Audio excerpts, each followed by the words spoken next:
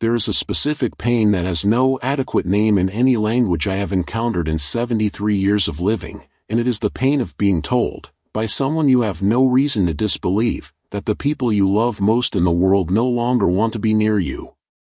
For 14 months, I believed my grandchildren had been told I was too ill and too medicated and too diminished to be worth visiting.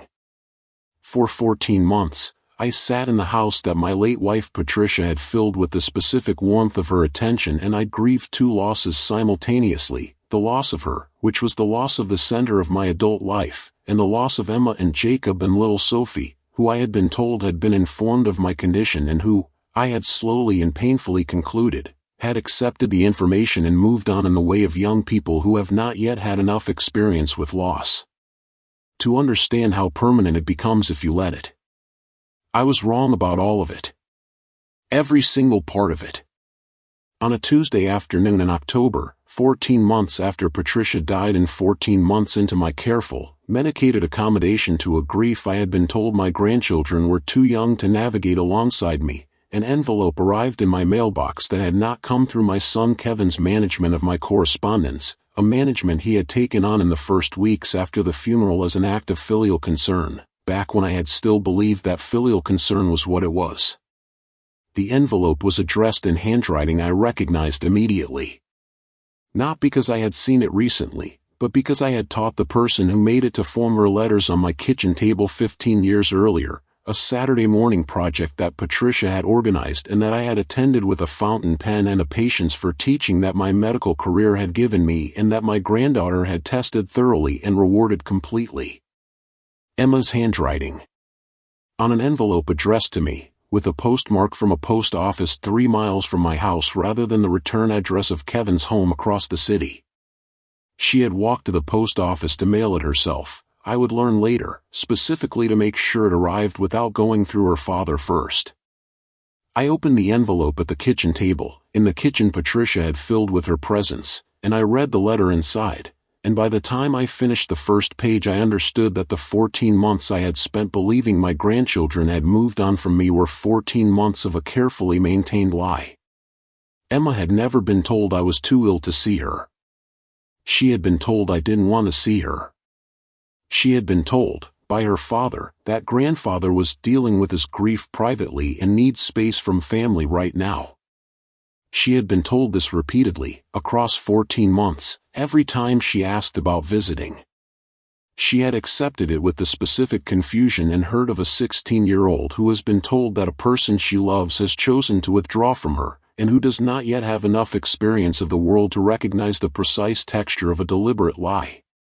But Emma was also the granddaughter of a man who had spent 35 years as a cardiac surgeon, who had grown up watching her grandfather read documents with a specific quality of focused attention, and she was a young woman who had inherited, from that same grandfather, a certain instinctive precision about the difference between things that were right and things that weren't. She had found documents in her father's home office. She had looked at them. She had thought they looked wrong.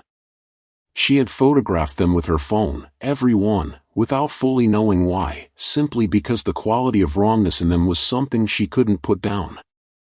Before I tell you what was in those photographs, and how my 16-year-old granddaughter became the most important witness in a federal fraud case, let me know in the comments where you are watching from tonight.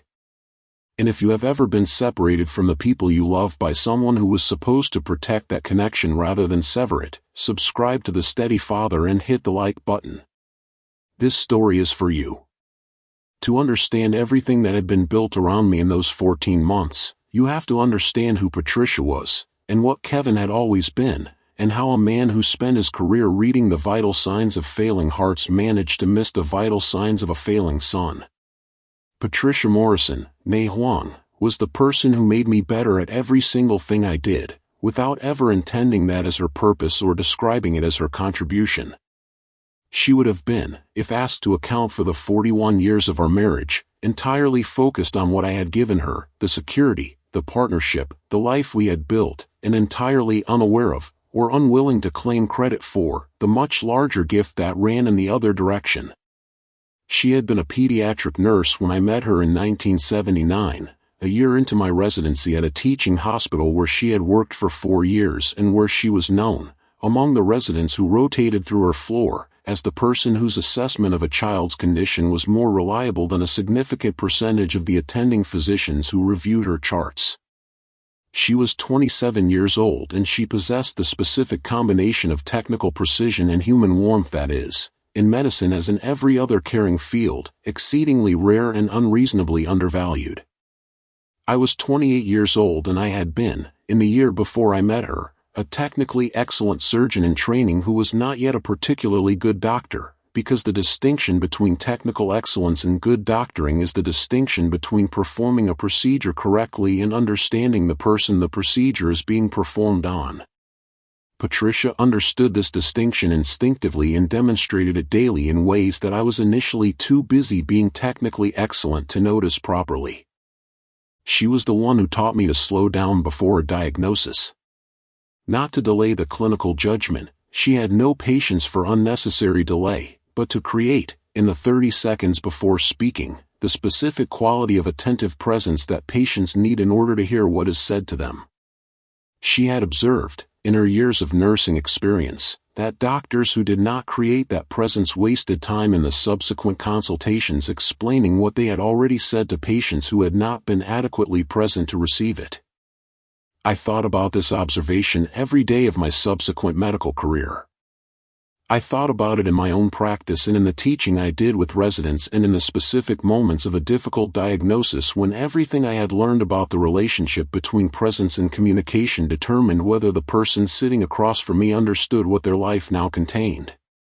Patricia gave me that. She gave it to me early enough that I spent 35 years practicing medicine with it rather than arriving at it late in my career, which is where most physicians arrive if they arrive at all. She gave me other things too.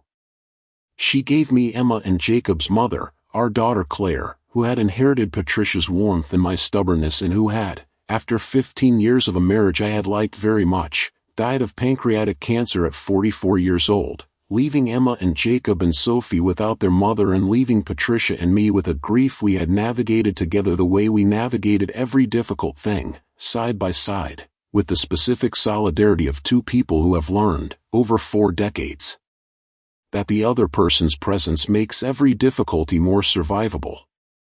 Claire was Kevin's half-sister. Kevin was my son from my first marriage, which had ended when he was 7 years old and which had been, in the honest accounting I have given it over the subsequent decades, a failure that was more mine than his mother's and considerably more mine than his. Kevin had grown up spending weekends and summers in my life and the rest of his childhood in his mother's, and the arithmetic of that arrangement had produced in him a set of understandable resentments alongside a set of less understandable character deficiencies that I had, in the way of guilty fathers, consistently attributed to the understandable resentments rather than examining them on their own terms. Patricia had seen Kevin clearly from the beginning. She had been kind to him, always, in the way she was kind to everyone, with genuine warmth and without condescension. But she had told me, at various points over 40 years, that Kevin was a man who kept score in ways that would eventually cost him more than whatever the score was worth. She had said it gently, the way she said difficult things, and I had heard it and told myself she simply didn't know him the way I did. She knew him better than I did. She always had.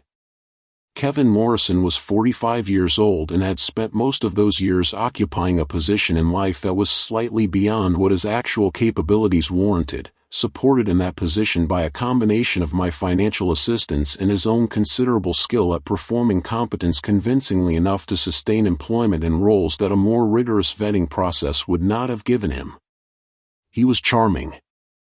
I want to say that clearly and without qualification, because charm is a real quality even when it is deployed in the service of things that are not charming, and Kevin had always possessed it in genuine abundance. He was warm in social situations and funny in the right registers and capable of making people feel, in his company, that they were seen and valued in ways that created lasting positive impressions entirely disconnected from anything he actually did for them subsequently. He had had 6 jobs in 20 years. Each job had begun with a period of enthusiastic performance that reflected his genuine social gifts, the ability to build relationships quickly, to learn the vocabulary of any professional environment fast enough to appear fluent in it, to present well in the meetings that determine whether someone is perceived as capable regardless of what they actually produce. Each job had ended when the gap between his presentation and his output became too wide to bridge through charm alone. I had, at various points, supplemented his income during the transitions between jobs, in the guilty way of a father who believes the supplements are addressing a temporary situation rather than a permanent structural problem. Patricia had watched me do this with the specific expression she wore when she had already said what she had to say about a topic and had concluded that saying it again would not produce a different result.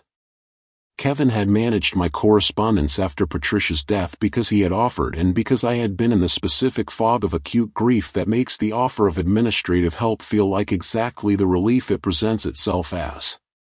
He had managed my mail and my phone calls and the scheduling of my medical appointments and the payment of my household bills from an account I had authorized him to access for this purpose, because I was 73 years old and recently widowed, and the logistical demands of daily life in the first weeks of bereavement had felt like a weight I could not carry alongside everything else. He had used the access precisely as carefully as a man who had been planning to use it long before the opportunity presented itself. Kevin had begun, in the 6 months before Patricia died, not after, before, making inquiries about the specific financial architecture of my estate.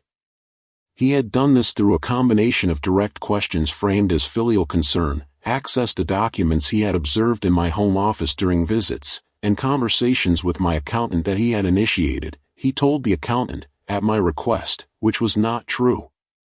By the time Patricia died, Kevin had a comprehensive understanding of my assets, the investment portfolio, the 4 properties I owned beyond our primary residence, the medical practice buyout funds I had received upon retirement 6 years earlier, and the trust structure that Patricia and I had established for our grandchildren's education. What he did with this knowledge, over the 14 months that followed, was systematic and patient and considerably more sophisticated than I would have expected from a man who had failed to hold a professional position for more than 3 years in his adult life. He had apparently done his preparation carefully, which suggested that the fraud had been planned over a period considerably longer than the 14 months of its execution. He began with the simplest element, the correspondence management. By controlling my incoming mail, he was able to intercept financial statements, bank notifications, and property management documents that would have revealed, in the normal course of review, the transactions he was executing in my name. He forwarded to me a curated selection of correspondence, bills, personal letters, medical communications, that maintained the appearance of normal mail flow while withholding the specific categories of financial communication he needed to keep out of my sight. He then began borrowing against my properties. Using documents he had prepared with the assistance of a notary I had never met and a signature that forensic examination would later determine was a practiced imitation of mine, he established lines of credit against 3 of my 4 investment properties, drawing down approximately $1.2 million over 11 months in a series of withdrawals calibrated to remain below the reporting thresholds that would trigger automatic bank alerts. He had also, through a process I am getting ahead of myself, I will come to the attorney, through a process that Richard's investigators described as impressively researched for an amateur, established a digital presence in my name across 3 financial platforms, using my personal information to open accounts that replicated my legitimate accounts in ways that made their fraudulent nature difficult to detect without specific forensic attention. The total, when Richard's forensic accountant finished the full accounting, was $1.8 million extracted from my estate over 14 months, through a combination of property loans, account withdrawals, and one attempted, ultimately unsuccessful, transfer of a property title that had been halted by a title insurance company's routine due diligence process that Kevin had apparently not anticipated. The halted title transfer was the first thread. I will tell you how I found it, and how it led me to everything else. But first I need to tell you about Emma's letter, and what she had found in her father's office, and why a 16-year-old girl decided to photograph documents she didn't fully understand because something about them made her feel that a wrong was being done to someone she loved. Emma Claire Morrison was 16 years old, named for her maternal grandmother and for her mother, and she was the person who, more than anyone including myself and the attorneys and the federal investigators, was responsible for what happened in the conference room on the Thursday afternoon when Kevin Morrison's 14 months of carefully constructed fraud came to its comprehensive and public end. She had her mother's coloring, my daughter Claire's dark hair and particular quality of direct attention, and she had, from somewhere in the Morrison genetics, the specific intellectual precision that had served me in a long surgical career and that appeared, in Emma's generation, in an aptitude for mathematics and a discomfort with logical inconsistency that she had difficulty not expressing even in social contexts where expressing it was inconvenient. She had been 14 when her mother died. She had been 16 when her grandfather stopped wanting to see her, or so she had been told. She had accepted this the way a 16-year-old accepts the painful inexplicability of adult behavior, reluctantly, confusedly, with a specific quality of hurt that she had not quite been able to put down even across 14 months of trying. She had visited her father's home office on a Saturday afternoon in September, looking for a printer cable she had been told was in a desk drawer. She had found the printer cable. She had also found, in the same drawer, a folder of documents that she had initially assumed were routine financial papers of the kind that adults maintained in home offices without particular significance. She had looked at the top document. It was a loan document referencing a property at an address she recognized, the address of one of my investment properties, a small office building on the east side of the city that I had owned for 12 years and that had been, in the context of the many times I had mentioned it in her presence, a source of some satisfaction to me as a steady income producer. The document showed a lien on the property in my name.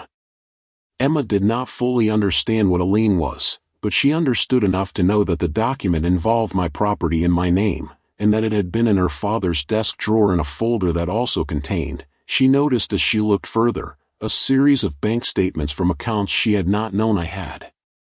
She looked at the date on the top statement. It was current. The account showed significant recent activity, deposits and withdrawals in amounts that seemed, to a 16-year-old with a precise sense of numerical scale, inconsistent with what she would have expected to see in a legitimate account of a 73-year-old retired surgeon who was, by her father's account, too ill to manage his own affairs. She did not know exactly what she was looking at. She knew it felt wrong in the specific way that logical inconsistency always felt wrong to her. And she did the thing that her mathematical mind defaulted to when confronted with data she couldn't yet interpret. She documented it systematically, so that she could analyze it later or, if necessary, present it to someone better equipped to understand it than she was. She photographed every document in the folder. 37 photographs, taken with the methodical care of someone who understood that documentation is only valuable if it is complete, covering every page of every document front and back, organized in the order in which she had found them. She put the folder back exactly as she had found it, closed the drawer, and went back to what she had been doing. She did not tell her father what she had found. She thought about it carefully and concluded that if the documents in her father's desk involved her grandfather in ways that seemed wrong, telling her father was probably not the right first move. Instead, she wrote me a letter. The letter was 4 pages long, written in the careful, deliberate penmanship of a young person who understood that what she was writing needed to be taken seriously and who had decided that neatness was one of the signals of seriousness available to her. She began by telling me that she missed me and had been told I needed space and that she had tried to respect this for 14 months but that she had recently found something that made her think she needed to contact me directly regardless of what she had been told about my wishes. She described the documents she had found, in the precise and organized manner of someone with a good mathematical mind describing data she had observed without yet fully understanding. She described the loan document. She described the bank statements. She described the amounts and the dates and the address of the property she recognized and the account names she had not recognized. She described the quality of wrongness she had felt looking at them, which she acknowledged she could not fully articulate but which she felt she owed me the information about regardless of whether she could explain it. She said at the end of the letter, "Grandpa, I don't know if what I found means anything or if I'm wrong about it being strange. But I know that I miss you and that I was told you don't want to see us, and I need to know if that's true. Because if it's not true, then something else is wrong too, and I think you should know about both things." She included her phone number in the letter. Not the phone Kevin paid for, she specified this, but the number of the phone she had bought herself with babysitting money specifically because she had wanted a communication channel that went through her alone. I read the letter at the kitchen table on a Tuesday afternoon in October, and I sat with it for a while, and then I picked up my own phone, not the phone Kevin managed, but the old backup phone I had kept in a desk drawer since upgrading 3 years earlier, and I called the number Emma had included. She answered on the second ring. "Grandpa," she said, and the 14 months of believing my grandchildren had moved on from me collapsed in the single word of a 16-year-old's voice that was trying very hard to sound calm and was not entirely succeeding. "Emma," I said. "I have never, for a single day, not wanted to see you." The silence on the other end of the line lasted approximately 4 seconds. Then she said, in a voice that was no longer trying to be calm, "I knew it. I knew it didn't sound like you." We talked for 2 hours. Emma told me everything, the 14 months of being told I needed space, the specific phrasings her father had used to explain my supposed withdrawal, the way the explanations had evolved subtly over time to accommodate her increasingly pointed questions, and the Saturday afternoon in September when she had found the documents. I asked her to send me the photographs she had taken. She sent them to the old backup phone, and I sat at my kitchen table and looked at them one by one, and by the time I had looked at the first 8 I understood, with the diagnostic clarity that 35 years of medical training had given me, exactly what I was looking at. A man who has spent his career reading vital signs develops a specific relationship with data that reveals a condition the patient has not yet presented symptoms of, the pattern recognition that identifies, in numbers that individually seem within normal range, the aggregate picture of something that is not normal. The financial documents Emma had photographed were not individually alarming to anyone who did not know exactly what my financial picture should look like. To me, they were as clear as a stress cardiogram showing arrhythmia in a patient whose resting EKG had appeared unremarkable. The account names were wrong. The property addresses were right, my properties, but the account structures were not the structures I had established with my financial advisor 18 months earlier. The loan document referenced a lien that had not been in place when I last reviewed my property portfolio, which had been approximately 4 months before Patricia died, the last time I had sat down with my papers in the systematic way that a busy grief had subsequently made feel unnecessary. Kevin had waited for Patricia's death, and for my grief, and for the specific window of diminished executive attention that severe bereavement creates in even the sharpest mind, and he had moved in that window with the patience of someone who had been waiting for it. I put down the phone. I sat for a moment. I thought about Patricia telling me, across 40 years of marriage, that Kevin kept score in ways that would eventually cost him more than whatever the score was worth. Then I called the only attorney I knew who had both the expertise and the specific independence from my existing professional network to be trusted with what I now knew. Judith Carver was 61 years old and had spent 30 years in financial fraud litigation, the last 15 as a senior partner at a firm that specialized in cases involving elder financial abuse and estate fraud. She had been recommended to me by a colleague from my medical career who had encountered her in a professional context involving a hospital administrator's fraudulent billing scheme, and who had described her as the person you want when someone has been methodical about stealing from you and needs to be methodical about being caught. I called her on the evening I received Emma's photographs. She agreed to see me the following morning. I arrived at her office at 8 o'clock with the photographs on my phone, the letter Emma had sent, and 35 years of clinical documentation habit that had produced, in the months since Patricia's death, a more thorough record of my own financial picture than most people my age maintained, because I had always been someone who kept precise records of the things that mattered. Judith Carver listened to everything I said without interrupting, in the manner of someone who has learned that the full picture is always more important than the instinct to begin solving the presenting problem before the full picture is available.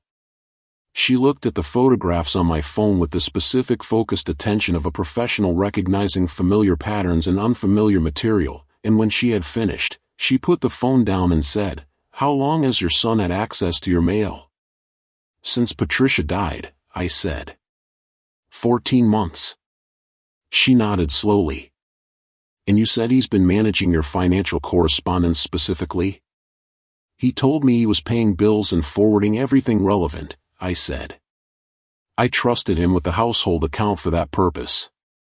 "Mr. Morrison," she said carefully, "what I'm looking at in these photographs is consistent with a pattern of estate fraud that typically requires a period of preparation considerably longer than 14 months. The sophistication of the account structures your granddaughter documented suggests this was planned before your wife's death, not after." I had already arrived at this conclusion myself. Hearing it from someone else gave it the specific weight of confirmed diagnosis. "What do we do?" I said. She picked up her pen. "The same thing you did 35 years in medicine. We build the picture from everything available and we don't move until we understand it completely." Judith Carver worked with a forensic accounting firm and a private investigations team whose professionalism reminded me, in the specific quality of their organized attention, of the best surgical teams I had worked with, people who understood that the outcome depended on the process and who gave the process the full respect it required without the impatience that produces shortcuts. The forensic accountant's name was Daniel Park, 44 years old, who had formerly worked for the IRS before transitioning to private practice and who approached financial fraud with the specific relentless attention of someone who had spent 15 years looking for exactly the kind of discrepancy Kevin had created. He had access to my full financial records, which I provided voluntarily and completely, and he had access to the court-ordered documents that Judith's early legal filings had compelled from the financial institutions Kevin had used. What Daniel Park found, over 3 weeks of systematic review, was a picture considerably more comprehensive than the photographs Emma had taken had suggested. The $1.8 million was the visible part, the borrowings against the properties, the account withdrawals. Beneath it was a second layer. Kevin had been preparing to execute a sale of one of my properties outright, using a forged deed transfer that the title insurance company's routine due diligence had halted 5 weeks before I received Emma's letter. The title insurance company had flagged the irregularity in the notarization. They had not, at the time of flagging, identified it as fraud. Their process was to pause and request additional verification, not to make a determination. But the pause had introduced a delay into Kevin's timeline that had apparently rattled him enough to cause other errors in his subsequent management of the correspondence, specifically, a property management communication that had somehow been forwarded to me through his mail filter, which had been the first anomaly I had noticed without yet having the context to understand it. Kevin's errors, in other words, had created the thread. Emma's letter had put the thread in my hands. Judith and Daniel had pulled it. The investigator Judith used, a woman named Miriam Cross, spent 2 weeks documenting Kevin's life during the preceding 14 months. What she found was a picture of a man who had been spending significantly beyond any legitimate income source, a new car, a vacation property deposit, a series of expensive dinners and hotel stays that his salary, such as it was, could not account for. The spending pattern was consistent with someone who had access to a cash flow that was not his own and who had not yet fully grasped that the spending itself was as legible as a signature. He thought the money was already his, Miriam told Judith in the meeting where she presented her findings. People who steal from family almost always make this mistake. They stop thinking of it as theft somewhere in the middle of the process and start thinking of it as early inheritance. And early inheritance doesn't need to be hidden, so they stop hiding the spending. This observation was, I thought, the most psychologically accurate thing said about Kevin in the entire process. He had stopped thinking of it as theft. He had decided, somewhere in the middle of 14 months, that he was simply taking what he was owed, the estate of a father who had never fully made up for the divorce, whose attention had always been divided, whose second family had always seemed more present and more beloved than his first child. He had been keeping score, as Patricia had said, and he had decided that the score entitled him to something that the score did not actually entitle him to, and that he had therefore decided to take. This was not a justification. It was an explanation, which is a different thing, and understanding the explanation made the outcome no less necessary and no less complete. The 37 photographs Emma had taken on that Saturday afternoon in September turned out to be, in Judith Carver's assessment, the most valuable single piece of evidence in the entire case. Not because of any single document they contained, but because of the specific combination of documents represented in the folder and the light that combination shed on the sequence and scope of the fraud. Among the photographs were 3 documents that Kevin had apparently kept for his own records, drafts of loan documents bearing what Judith's handwriting expert confirmed was a practiced imitation of my signature, in the stage of development that preceded the final version submitted to the lending institutions. These drafts showed, in the specific way that drafts show things, the process of refinement through which Kevin had developed the forgery to its final, credible form. Judith described these drafts as the best evidence of premeditation I have seen in 15 years of this practice. She said this with the specific professional satisfaction of someone who knows exactly what they are looking at and what it will do in front of a judge and jury. I called Emma the evening after Judith's team had finished analyzing the photographs and asked her to come to Judith's office. She came with her grandmother on her father's side, Kevin's mother, my first wife, who had been told by Emma only that she needed to meet with an attorney about something involving her grandfather's estate and who had come with the composed concern of a woman who had navigated difficult situations before. Emma sat across from Judith's desk with a quality of composure I found remarkable in a 16-year-old, and she answered every question Judith asked with the same precision and detail she had brought to the letter she had written me. She explained exactly where she had found the documents, exactly how she had photographed them, exactly what she had understood and had not understood at the time. She was clear about the limits of her understanding without being apologetic about them, because she was a young woman who had learned, from somewhere in her genetics and her upbringing, that honesty about what you know and what you don't know is more useful than performing comprehensive certainty. Emma, Judith said, when the formal questioning was finished, I want you to know that what you did, finding these documents, photographing them, reaching out to your grandfather directly, took a specific kind of courage and a specific kind of loyalty that most adults in your situation would not have demonstrated. Emma looked at her hands for a moment. I didn't know what I was doing, exactly, she said. I just knew it felt wrong and that someone I loved might be being hurt by it. That, Judith said, is exactly what courage is.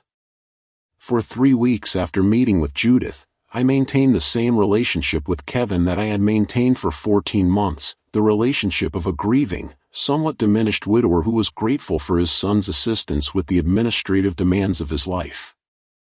I returned Kevin's calls with the appropriate frequency. I allowed him to continue managing my correspondence. I did not change any of the financial authorizations he had access to, because Judith had explained that removing his access prematurely would alert him to the investigation and potentially allow him to move assets or destroy evidence before the legal process was ready to secure them. This was the hardest 3 weeks of my professional life, and I spent 35 years doing cardiac surgery, so the competition for that distinction is significant. The difficulty was not in performing the specific behaviors Kevin expected. In medicine, you learn to present a calm external bearing regardless of your internal state, because patients need your calm and your internal state is not relevant to the care you are providing. The difficulty was in sustaining, during a period when I knew the full picture, the patience that the situation required. The patience not to confront Kevin before the confrontation was legally prepared. The patience not to call my grandchildren and tell them everything, because Judith had advised that doing so before Kevin was legally contained would give him the opportunity to coach them as potential witnesses. The patience to allow the fraud to continue for 3 more weeks at the pace it had been proceeding, because the additional activity it generated during those 3 weeks added to the evidentiary record in ways that strengthened the eventual case. I called Emma once a week on the backup phone, at an hour and through a channel Kevin would not be monitoring. These calls were the anchor of the 3 weeks. Hearing Emma's voice, and knowing that the thing I had spent 14 months grieving, the loss of my grandchildren, had not actually happened, that they had never stopped wanting to be near me, that they had been as confused and hurt by the apparent withdrawal as I had been by the apparent distance, this was the specific sustaining knowledge that made the performance sustainable. She told me about Jacob, who was 13 and who had responded to the apparent withdrawal by throwing himself into his schoolwork in the specific way of children who convert grief into productivity. She told me about Sophie, who was 9 and who had continued to ask about me regularly and had been given answers by her father that she had accepted without quite believing, because Sophie was 9 years old and possessed, even at 9, a finely tuned awareness of when an adult was not being entirely straight with her. "Sophie's going to want to know everything when this is over," Emma said.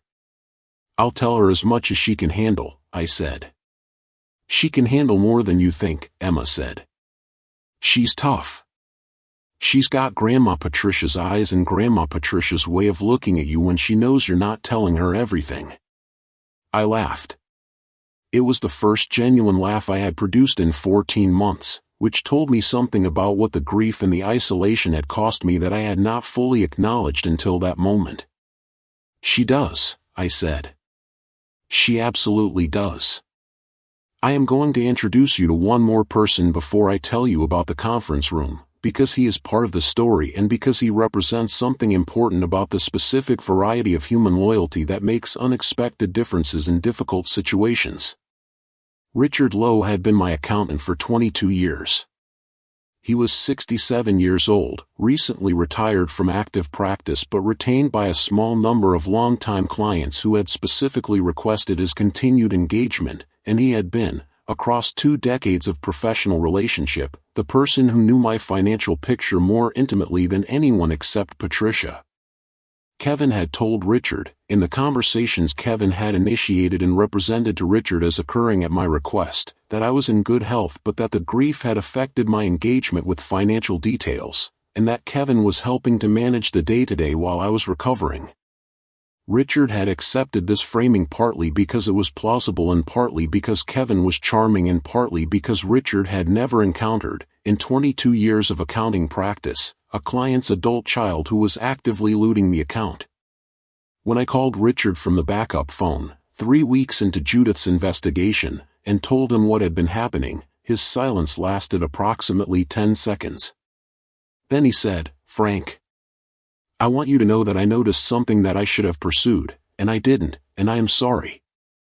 He had noticed, 3 months into the 14-month period, a withdrawal pattern that had struck him as slightly unusual but that he had attributed to what Kevin had told him was increased medical expenses related to my bereavement.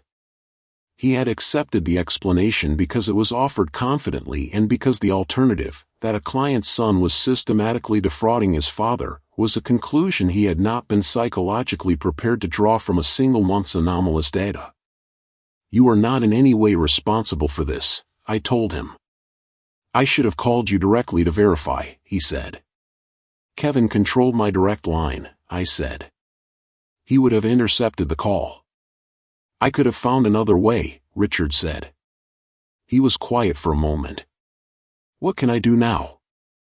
"Tell Judith's team everything you observed, as specifically as you can remember it," I said. "That's what helps now." He did. His testimony, combining 22 years of detailed knowledge of my financial picture with his specific recollection of the interactions Kevin had initiated, was one of the most complete secondary accounts of the fraud available to Judith's team. It filled gaps in the documentary record with the kind of professional corroboration that forensic accounting alone cannot always provide. Richard also did one more thing, which was not asked of him and which he did entirely on his own initiative. He drove to Judith's office and provided, from his personal records, 22 years of annual financial summaries for my accounts, which he had maintained in his own files as standard professional practice. These summaries provided a baseline against which the 14 months of fraud could be measured with a completeness that would have otherwise required months of additional reconstruction. Loyalty, in difficult situations, takes forms you do not anticipate. Richard Lowe was as loyal as Emma, in the way available to him, and the outcome would have been less complete without either of them. The meeting was arranged, through a mechanism I will not detail entirely since it required a combination of legal creativity and patience that Judith managed with a thoroughness I could only observe and appreciate, as a family conference regarding my estate planning following Patricia's death, the kind of meeting that a son would expect to be invited to and that would present no red flags to a man who believed he was in control of the situation. Kevin arrived at Judith's conference room at 10 o'clock on a Thursday morning, dressed in the specific manner he always dressed for meetings he considered important, the suit that announced prosperity, the watch that announced success, the quality of groomed confidence that he had spent his adult life perfecting as his primary professional asset. He saw Judith and assumed she was my attorney, which she was, and was not alarmed by her presence since estate planning meetings routinely involve attorneys. He saw Daniel Park and assumed he was a financial advisor, which was close enough to accurate that the assumption was understandable. He saw Miriam Cross and did not immediately place her in a professional category, which registered in his expression as a minor uncertainty quickly managed. He did not see Emma, because Emma was in an adjacent room with her grandmother, waiting. I had specifically requested that Emma not be present for the opening of the meeting, because I was not certain what Kevin's immediate reaction would be when the full picture was revealed, and I was not willing to expose a 16-year-old to whatever form that reaction took. He sat across the conference table from me, and he gave me the specific look he had given me for 14 months, the look of a man who has decided he is managing a situation rather than participating in one, and said, "Dad, thanks for making time for this. How are you feeling?" "Better than I've felt in 14 months, I said. "Emma called me." The look changed. The conference room scene lasted 4 hours, which is longer than any significant scene in the other stories I have told on this channel, and I am going to tell you the important parts of it rather than all of it, because the important parts are what carries the meaning. Kevin's first response to "Emma called me" was a period of approximately 5 seconds during which nothing happened on the surface of his face, and a period considerably shorter than that during which everything happened beneath the surface, and then a recovery that was, I will acknowledge, impressively fast for a man whose entire constructed position had just been identified as constructed. "I'm glad you two have been in touch," he said. "I know the separation has been hard on her. She's a sensitive kid." "She is," I said. "She's also precise. She photographs documents she finds in home offices when they feel wrong to her." The second silence was longer than the first. Judith placed a document on the table, a single-page summary of the forensic accountant's findings, organized by category and total, with the specific clarity of professional financial documentation. She placed it in front of Kevin and said, "Mr. Morrison, I represent your father in this matter. I want you to understand the scope of what we have documented before we discuss the path forward." Kevin looked at the document. He looked at the total figure. He looked at Daniel Park, who had prepared the document and who looked back at him with the expression of a man who has documented too many frauds to be surprised by the reaction of the person being presented with the documentation of one. Kevin said, "This is a mischaracterization of what actually happened." Judith said, "You're welcome to explain the characterization you believe is accurate. That's part of why we're here." What followed was 2 hours of Kevin attempting to construct an alternative narrative for the financial activity the documentation described, and Judith and Daniel methodically dismantling each alternative narrative with specific documentary evidence, in the manner of two surgeons removing a failing structure with the precision that allows the surrounding tissue to survive the procedure. He attempted to characterize the property loans as having been taken at my direction. Judith produced the forensic signature analysis, which described the loan documents' signatures as practiced imitations rather than authentic signatures. He attempted to characterize the account withdrawals as having been authorized by me for his management fees. Judith produced the account structures, which had been established under my name through identity documents he had no legitimate access to. He attempted to characterize the halted property title transfer as a routine transaction that had been misunderstood by the title insurance company. Judith produced the title insurance company's formal documentation of the irregularity, which described the notarization as inconsistent with proper procedure and specific in detailed terms. At the 2-hour mark, Kevin stopped attempting alternative narratives. He sat in the chair across the conference table and looked at his hands and was quiet for a long time. Then he said something I had not expected and that I have thought about many times since. He said, "I thought you were going to leave everything to Claire's kids anyway." I said, "Claire's children are my grandchildren. I love them." "You love them more than you love me," he said. The room was very quiet. Outside the conference room windows, the city conducted its ordinary business in complete indifference to the specific weight of the sentence that had just been spoken. "Kevin," I said, "you have spent your entire adult life believing that I love you less than I love other people in my family. That belief is the foundation of everything you have done in this room and in the past 14 months and probably for much longer than that. And I want to tell you that the belief is wrong. But I also want to tell you that being wrong about it does not change what you did, and that what you did is not something I can simply set aside because I understand why you did it."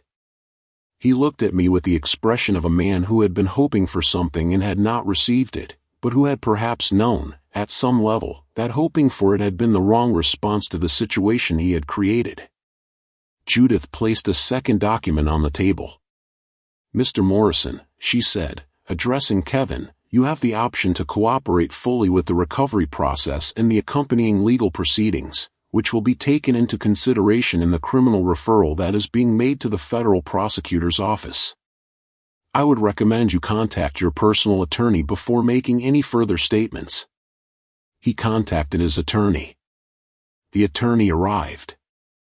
The meeting continued for another 2 hours in the specific procedural manner of legal processes that have found their way into the territory of formal consequences, and at the end of those 2 hours, a framework for full cooperation and restitution had been established that would govern the subsequent months of legal proceedings. Kevin left the conference room with his attorney. He did not look at me on his way out. I sat at the conference table for a moment after he left, in the specific quality of quiet that follows the resolution of something that has required long preparation. Judith gathered her documents. Daniel Park closed his laptop. Miriam Cross made a note in her file. "We should bring Emma in," I said. Emma came in from the adjacent room where she had been waiting with her grandmother, and she sat across from me at the conference table, and she looked at my face with the diagnostic precision I recognized as entirely, heartbreakingly her grandfather's. "Is it done?" she asked. "The important part is done," I said. She nodded. "Are you okay?" "I'm better than I was 14 months ago," I said. "A lot better." She was quiet for a moment, in the way of a young person processing something they are not certain how to respond to. Then she said, "I keep thinking about the first time I realized something was wrong. I kept trying to talk myself out of it. Like maybe I was reading too much into it, or maybe I didn't understand what I was looking at." "But you documented it anyway," I said. "Yeah," she said.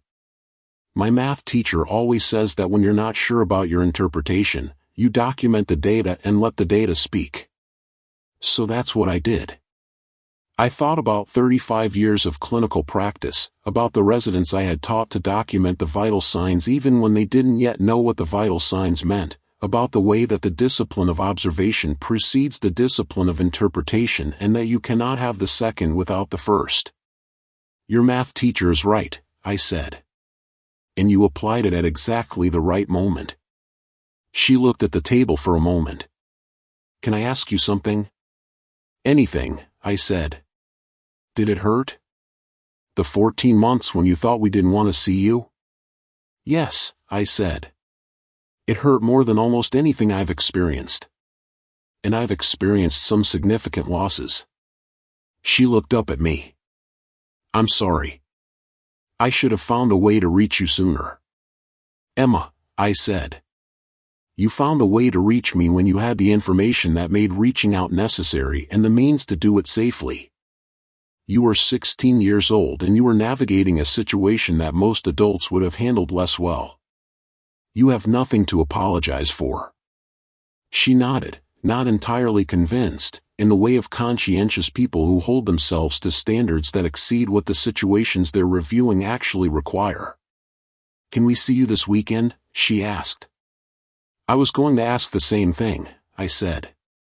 The federal fraud proceedings occupied most of the following year, in the grinding, procedural, occasionally maddening pace of legal systems that move with appropriate thoroughness and no regard for the emotional urgency of the people whose lives have been disrupted by the matters they are resolving. Kevin cooperated with a full investigation, which his attorney had advised and which Judith had outlined as the path most likely to produce a manageable outcome relative to the severity of the criminal exposure he faced. His cooperation was complete in the evidentiary sense. He provided access to every account, every document, every record of the 14 months of transactions, and partial in the human sense, because cooperation with a legal process and genuine reckoning with what one has done are not the same thing, and Kevin was still in the early stages of whatever reckoning he would eventually need to complete. He was convicted of bank fraud, wire fraud, and elder financial abuse. He received a sentence of 4 years, with the possibility of early release contingent on full restitution and demonstrated rehabilitation. The $1.8 million in fraudulent extractions was subject to full recovery, through a combination of Kevin's assets and a civil judgment that would follow him for the foreseeable future. The notary who had certified the fraudulent documents lost her commission and faced criminal charges for her role in the execution of the fraud. She had been paid, per Kevin's records, a total of $8,000 across 11 months of fraudulent notarizations, an amount that seemed, in the context of the consequences it eventually produced, like the specific kind of short-sighted transaction that only makes sense to someone who cannot see past the immediate payment to the certain downstream cost. The halted property title transfer was formally reversed and the property was restored to clear title in my name. The liens on the 3 investment properties were discharged through the recovery process. The fraudulent accounts were closed and their remaining balances applied to the restitution total. I received, at the conclusion of the formal proceedings, a statement from the federal prosecutor's office noting the instrumental role that the documentary evidence obtained by Emma Morrison had played in establishing the premeditation and scope of the fraud, and commending the specific quality of her observation and documentation. I framed this statement and gave it to Emma. She put it on the wall of her bedroom, next to a photograph of her mother and a periodic table of the elements she had annotated with the specific enthusiasm of a person who finds mathematical structure genuinely beautiful rather than merely academically useful. A year after the conference room, my Sunday mornings had a shape they had not had in the preceding 2 years, and the shape was the most important thing that had been restored to me in the entire process of restoration. Emma came for breakfast on the first Sunday of every month, a ritual we had established the week after the conference room and maintained with the consistency of something that both parties had decided was non-negotiable. She brought her calculus homework, which we worked through together at the kitchen table where Patricia had taught her to form her letters, and she brought the specific quality of focused attention that I had recognized as entirely her own and entirely her mother's and in some ways entirely mine, and she sat in the chair across from me and was present in the full sense of that word. Jacob came every other week, usually on Saturday afternoons, and spent his time in the workshop I had set up in the garage, a small woodworking space that Patricia had tolerated with the specific patient indulgence of a woman who understood that her husband needed a physical outlet for the precision that his medical work did not entirely satisfy. Jacob had discovered, at 13, that he had a gift for the specific spatial reasoning that woodworking requires, and that the gift produced in him the same quality of absorbed satisfaction that it produced in me, and we worked in companionable parallel on Saturday afternoons with a minimum of conversation and a maximum of productive quiet. Sophie came when her schedule permitted, which was less predictable than her siblings' visits but more concentrated in its intensity.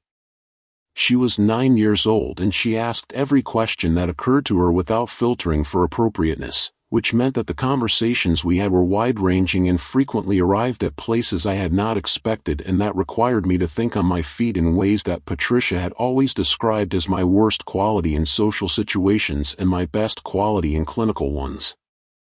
Sophie had, on one of her early visits after everything was resolved, asked me directly why her father had done what he had done. I had thought about the question with the care it deserved and had told her the most honest version I could produce for a 9-year-old, that her father had convinced himself he was owed something he wasn't actually owed, and that when people convince themselves they are owed things, they sometimes do things that hurt the people they claim to love in order to take those things. Sophie had thought about this for a moment and said, "That sounds like it made him feel really bad inside even while he was doing it." "I think it probably did," I said. "Does he know he was wrong?" she asked. "I think he's starting to understand it," I said. She had nodded, with the specific gravity of a 9-year-old who is applying her full intelligence to a moral question and arriving at a conclusion that requires more than she currently has to process it completely. "Okay," she said. "Can we have cookies?" We had cookies. The kitchen that Patricia had filled with her presence was warm and well-lit and entirely itself, and Sophie ate 3 cookies and told me about her school project on ocean ecosystems with the intensity of someone for whom one topic of genuine interest is sufficient to fill any available time, and I listened to her the way Patricia had taught me to listen to patients, not waiting for my turn to speak, but actually present in the listening, in the specific quality of attention that makes people feel heard in the deepest sense of the word. That Sunday morning ritual, Emma's calculus, Jacob's woodworking, Sophie's oceanic enthusiasm, was the thing that had been nearly taken from me. Not the financial assets, though those mattered. Not the estate, though that represented 40 years of work.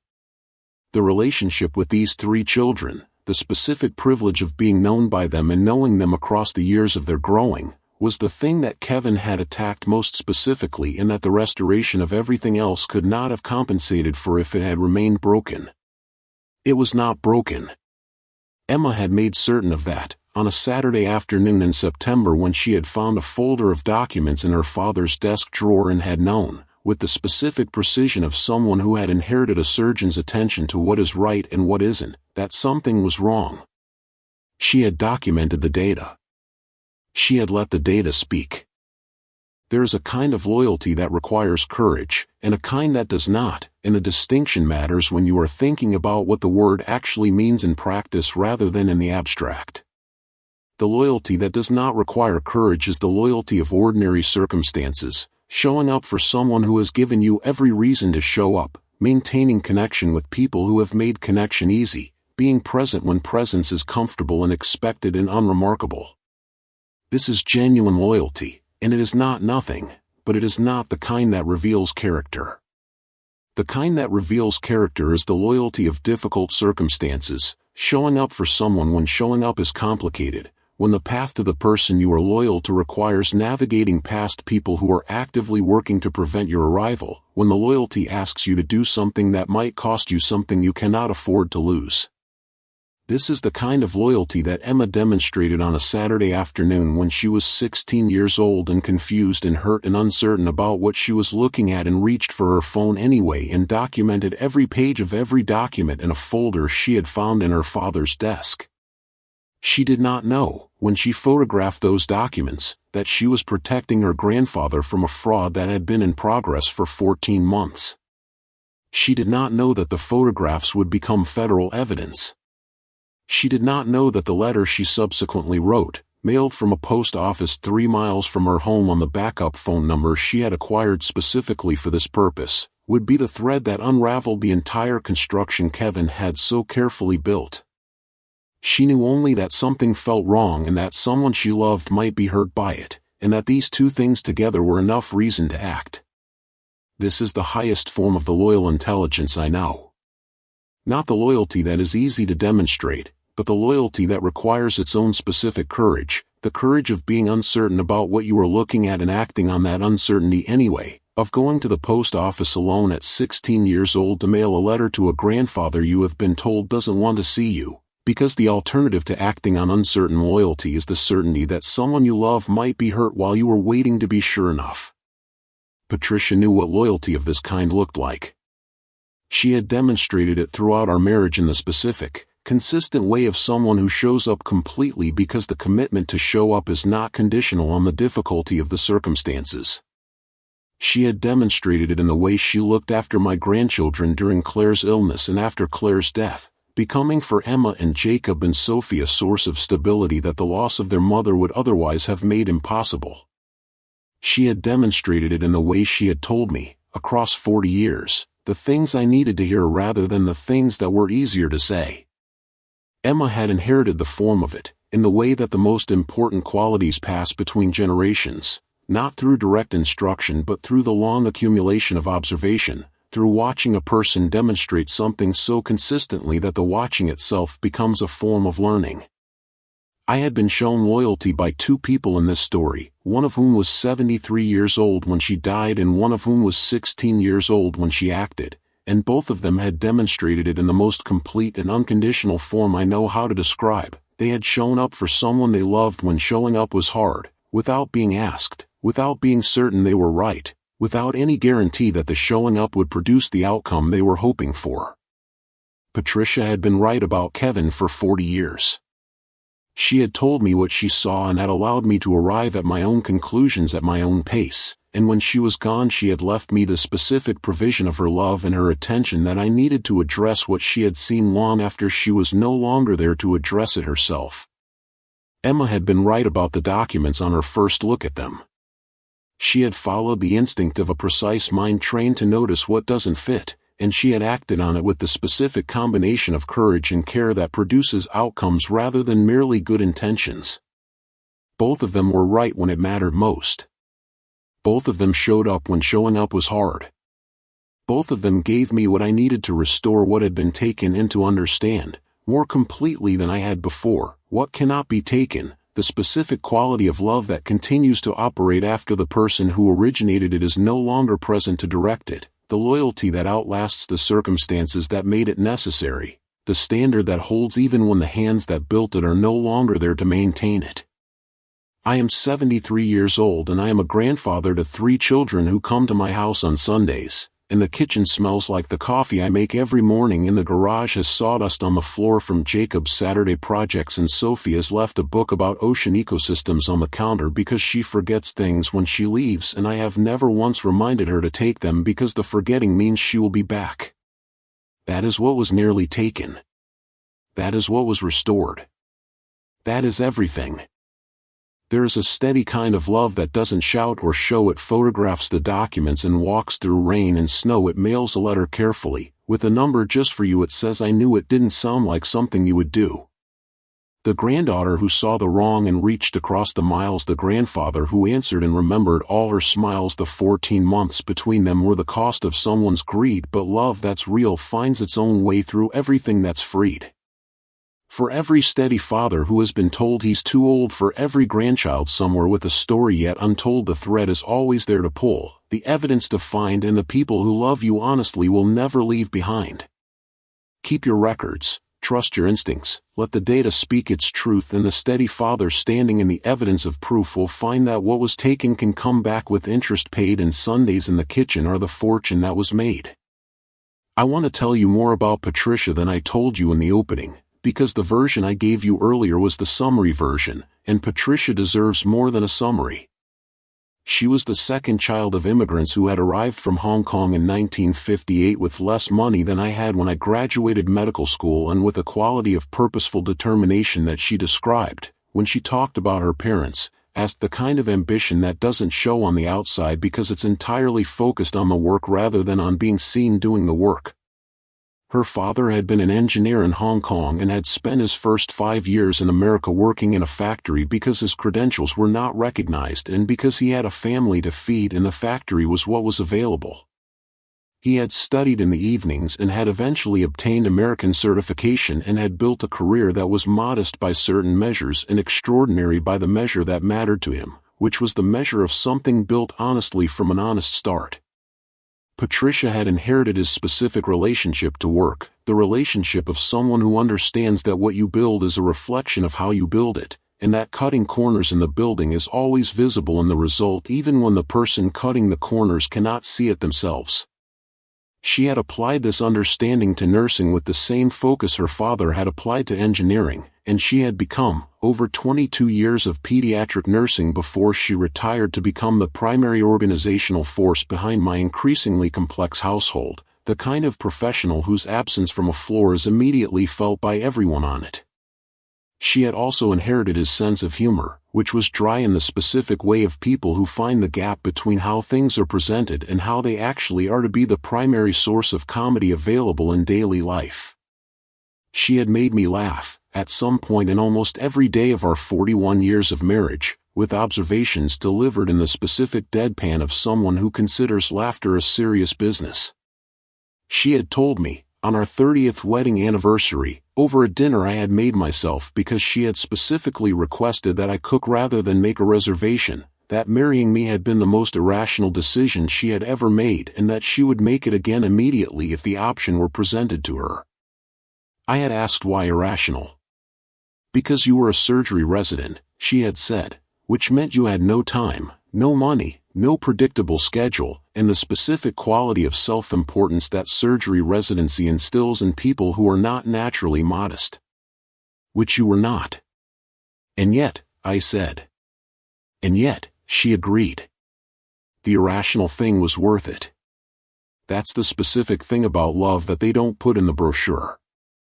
She had been right about Kevin in the same way she was right about most things involving people, not dramatically, not with the specific announcement of someone who wants to be acknowledged as having seen something, but quietly and completely, in the form of observations delivered once and then left for me to return to at my own pace. The pace, in Kevin's case, had been approximately 40 years. She would have found this funny, I think. She found most things funny, in the end, with the specific good humor of someone who has decided that the alternative to finding things funny is finding them devastating, and who has enough experience with devastation to know that it is a far less useful state to inhabit than it might initially appear. I keep a photograph of her in my office and a smaller photograph of her in my wallet, and I talk to both of them more than I probably should and significantly less than I want to. She would have had a great deal to say about everything that happened in the 14 months after her death, and about Emma's letter, and about the conference room, and about the specific quality of Kevin's self-deception that had made the whole thing possible. She would have been kind about it, as she was kind about most things, and she would have been precise, as she was precise about most things, and she would have ended whatever she said with something that made me laugh, because that was what she did, because she had decided long ago that laughter was the appropriate response to most of what life produces. I miss her laugh most of all.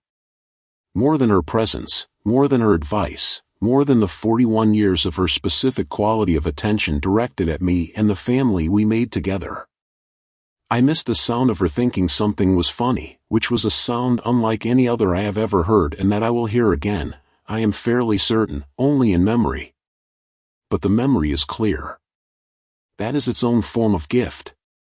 The weekend following the conference room, I had all 3 grandchildren at my house for the first time in 14 months. Emma drove Jacob and Sophie over on Saturday morning, having obtained her driver's license at 16 with the specific efficiency of someone who had decided that mobility was a necessary resource and had obtained it at the earliest available opportunity. They arrived at 10 o'clock, which was later than I had expected and earlier than I had been certain to hope for, and they came through the front door with the particular energy of children who have been told they are going somewhere they have been wanting to go for a long time. Sophie came through the door first, which was characteristic. Sophie led every entrance she had ever made in my presence, with the uncomplicated certainty of a 9-year-old who has decided that front is better than middle, and she crossed the kitchen to where I was standing in approximately 3 running steps and wrapped her arms around my waist with the specific wholehearted conviction of a child who does not perform affection but simply experiences it and expresses it without a gap between the two. I held on for a moment that was longer than was probably necessary from her perspective, and that was exactly as long as it needed to be from mine.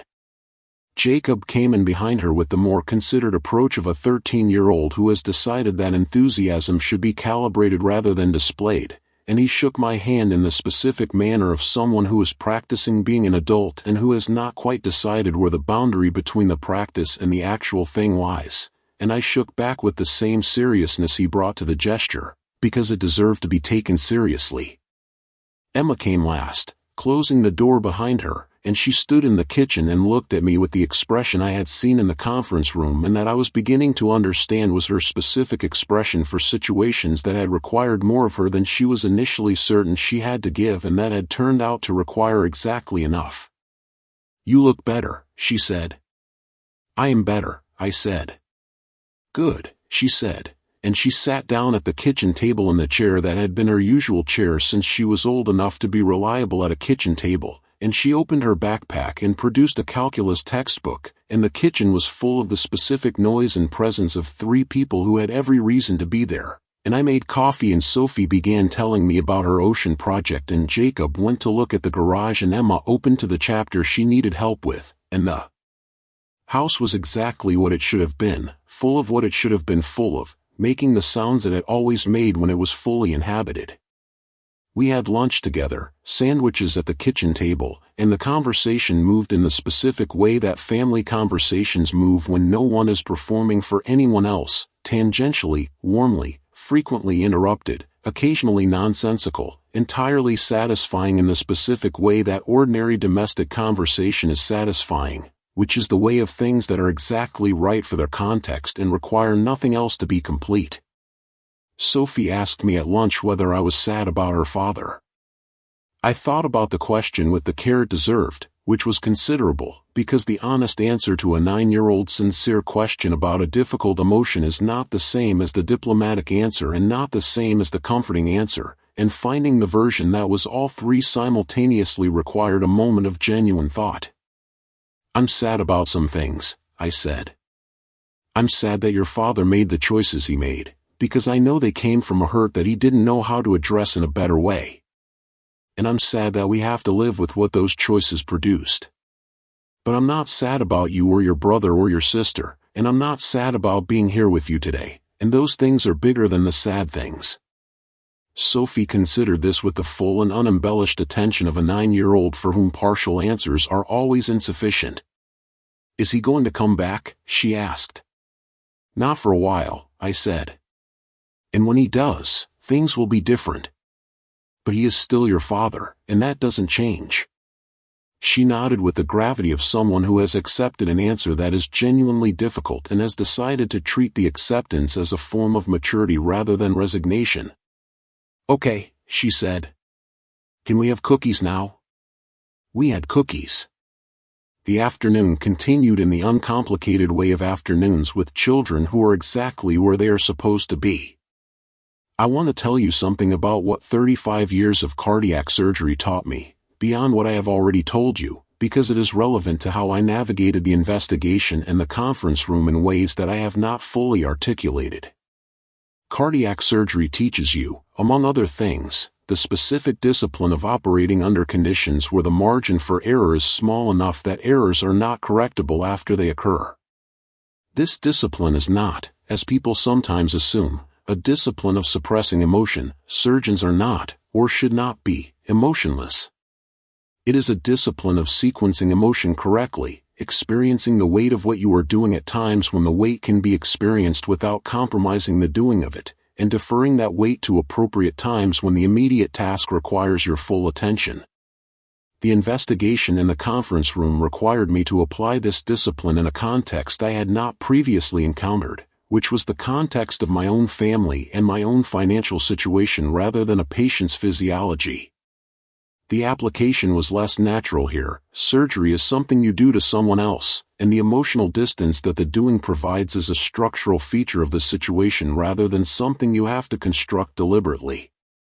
When the situation is your own, the construction of appropriate emotional distance is more effortful and more fragile.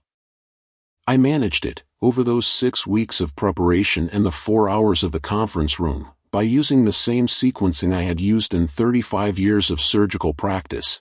I put the full weight of what I was feeling about Kevin, the grief, the betrayal, the specific sorrow of a father who is discovering the full scope of what his son has done and how long it has been being done, into the mornings in my kitchen before the day's work began, and I carried it then, completely and without reservation, and then I set it down and picked up the work. The work in this case was the investigation, the meetings with Judith and Daniel and Miriam and Richard, the weekly calls with Emma, the maintenance of the performance Kevin believed he was watching. The work required what the work required, which was the same clarity and sequenced attention that surgery had always required, and I gave it that, because 40 years of practice had made the giving of it available to me even in circumstances that were considerably harder than a routine procedure. I have thought about whether this capacity, the capacity to defer what needs to be deferred and attend to what needs to be attended to without confusion between the two, is something that can be learned outside of a context that demands it systematically, the way surgical training demands it. I think it can, because I think it is ultimately a form of care for the outcome rather than a form of suppression of feeling, and care for outcomes is something that any person who has built anything, a business, a family, a home, or reputation, has had to develop in some form. What I know is that it was available when I needed it, and that its availability was the product of a long training that had not been designed for this specific application but that applied to it anyway, the way any genuine competence tends to apply beyond its original context. Emma had it at 16, which suggests it is not entirely a product of training. She had not been trained to document uncertain data and wait for the right moment to act on it. She had simply done it, with the instinctive rightness of someone whose internal compass is calibrated correctly. I do not know whether that compass was inherited or developed or both, but I know it was there when it was needed, and that it made the difference that needed to be made. 6 months after the conference room, Judith Carver provided me with a final accounting of the recovery. The full $1.8 million had been secured through a combination of immediate asset recovery and civil judgment, with a repayment schedule established that would conclude within 7 years. The 3 property liens had been discharged. The fraudulent accounts had been closed. The title on the 4th property had been fully cleared. The recovery was, in financial terms, complete. $1.8 million returned, the estate restored to its pre-fraud state, the properties free and clear, the fraudulent structures dismantled. This is the accounting. It is accurate. It does not capture what the fraud actually cost, because what the fraud actually cost is not measurable in financial terms. The 14 months I spent believing my grandchildren had moved on from me, not recoverable. The specific grief of those months, layered on top of the grief of losing Patricia, the 2 griefs reinforcing each other in the way that simultaneous losses do, making each larger than it would have been alone, not recoverable. The specific quality of the Sunday mornings I did not have during those 14 months, the calculus homework we did not work through together, the woodworking Jacob did not do in my garage, the ocean ecosystem Sophie did not tell me about in my kitchen, not recoverable. These things cannot be entered into a financial accounting. They exist in a category that has no adequate name, which is the category of time stolen from people who loved each other and who could have been spending that time in each other's presence rather than in the manufactured distance of a fraud's construction. I do not tell you this to generate sympathy for the unrecoverable losses. I tell you this because I think it is important to be honest about what financial fraud of this kind costs its targets, beyond the financial costs that the recovery process addresses. The money was restored. The 14 months were not. Both of these are true simultaneously, and the second truth does not diminish the first, but neither does the first truth make the second truth less significant than it is. What was restored was everything that could be restored, which was not everything but was considerable, and for which I am genuinely grateful without any reservation I am aware of. The Sunday mornings that exist now are real and full and exactly what they should be, and they are the specific form of the future that the preceding difficulty was preventing, and their existence is worth considerably more than the 14 months of their absence cost. I think about this accounting, the full accounting, financial and human, on the mornings when the grief of what Kevin did threatens to overwhelm the gratitude for what has been restored. And I conclude, every time I make the calculation, that gratitude is the correct dominant response. Not because the grief is not real or not legitimate, but because the things that were restored, my grandchildren in my kitchen, Emma's calculus, Jacob's sawdust, Sophie's ocean ecosystems, are the things that actually matter, and they are present, and their presence is the outcome that justifies everything the process of restoring them required. That is the accounting I choose to live inside. It is also, I think, the most accurate one. There is one more thing I want to tell you, about a moment in my medical career that I have thought about many times during the past 2 years, and that seems, in retrospect, to have been teaching me something I needed to know for reasons I could not have anticipated at the time. It occurred during my 15th year of practice, in the specific crucible of a complicated bypass procedure that had not proceeded as planned. The patient was a 67-year-old man whose anatomy was unusual enough that the standard approach had revealed unexpected complications mid-procedure, and the surgical team had been required to adapt in real time to a situation that none of our preparation had specifically anticipated. The adaptation had required a period of approximately 20 minutes during which I had been operating in conditions of significant uncertainty, making decisions based on incomplete information, with the knowledge that the decisions were consequential and the time for making them carefully was severely limited. It had been, in my surgical career, one of the most demanding experiences I had faced up to that point, and the patient had survived it, and the outcome had been good, and I had stood in the scrub room afterward with the specific exhausted satisfaction of someone who has done what the situation required and found that what the situation required was available.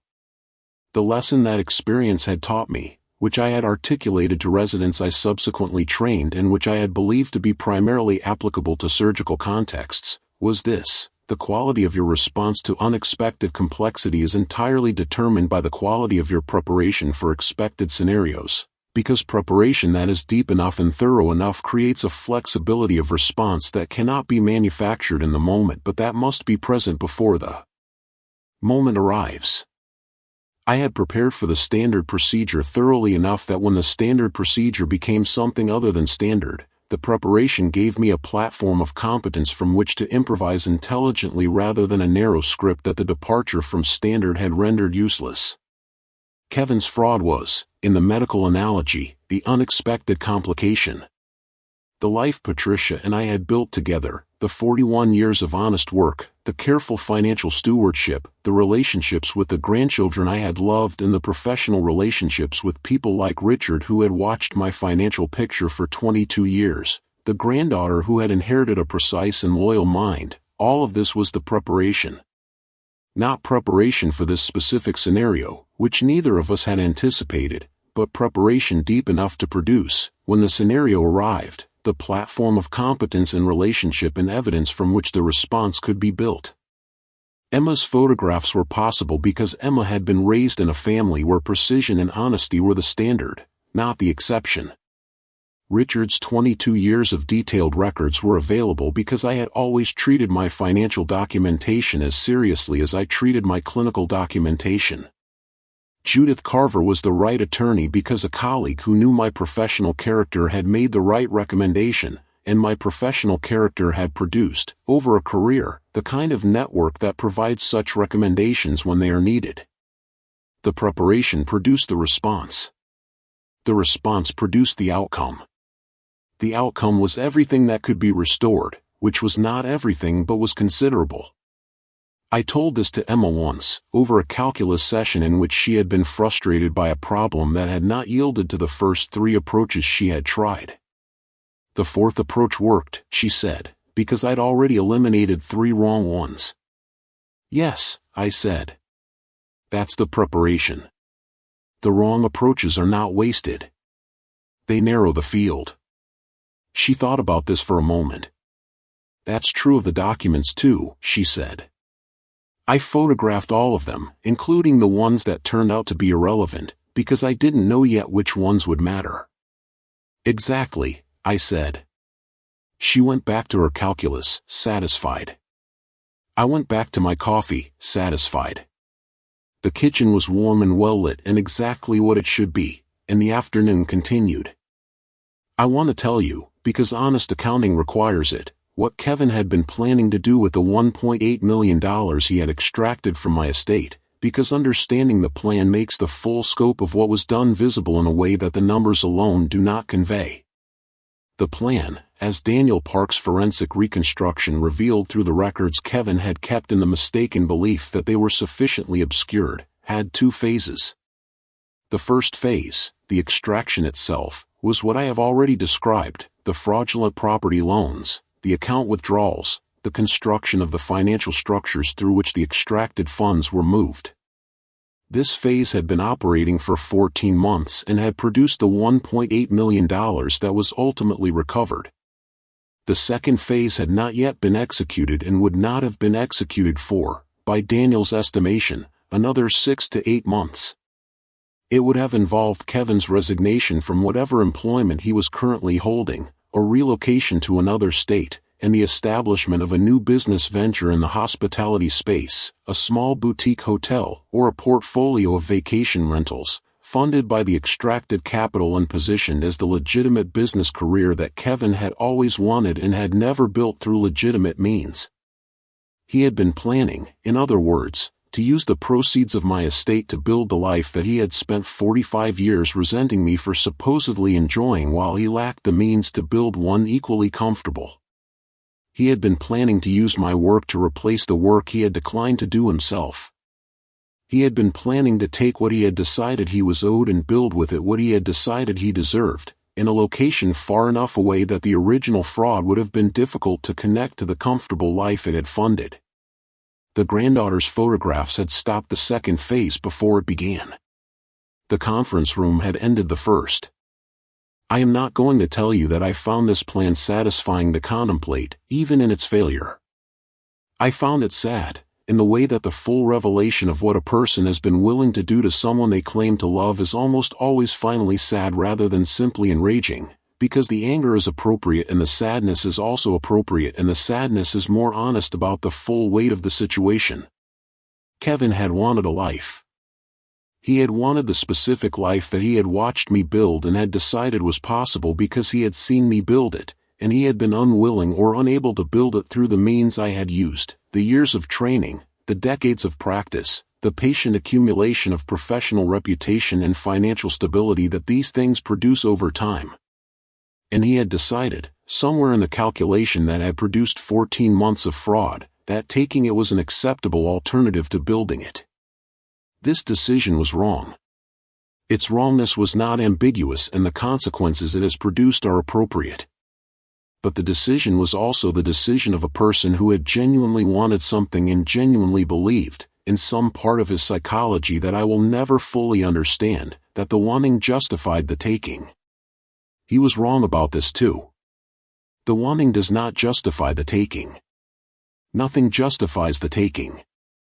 But the wanting was real, and the wanting was connected to a genuine wound that was partly my responsibility and partly the responsibility of circumstances I had not controlled, and the connection between the wound and the response does not excuse the response but it does make the response humanly comprehensible in ways that pure condemnation cannot accommodate. I have not forgiven Kevin. I am not certain that I am capable of it, and I am not certain that forgiveness is the right framework for what this situation requires of me.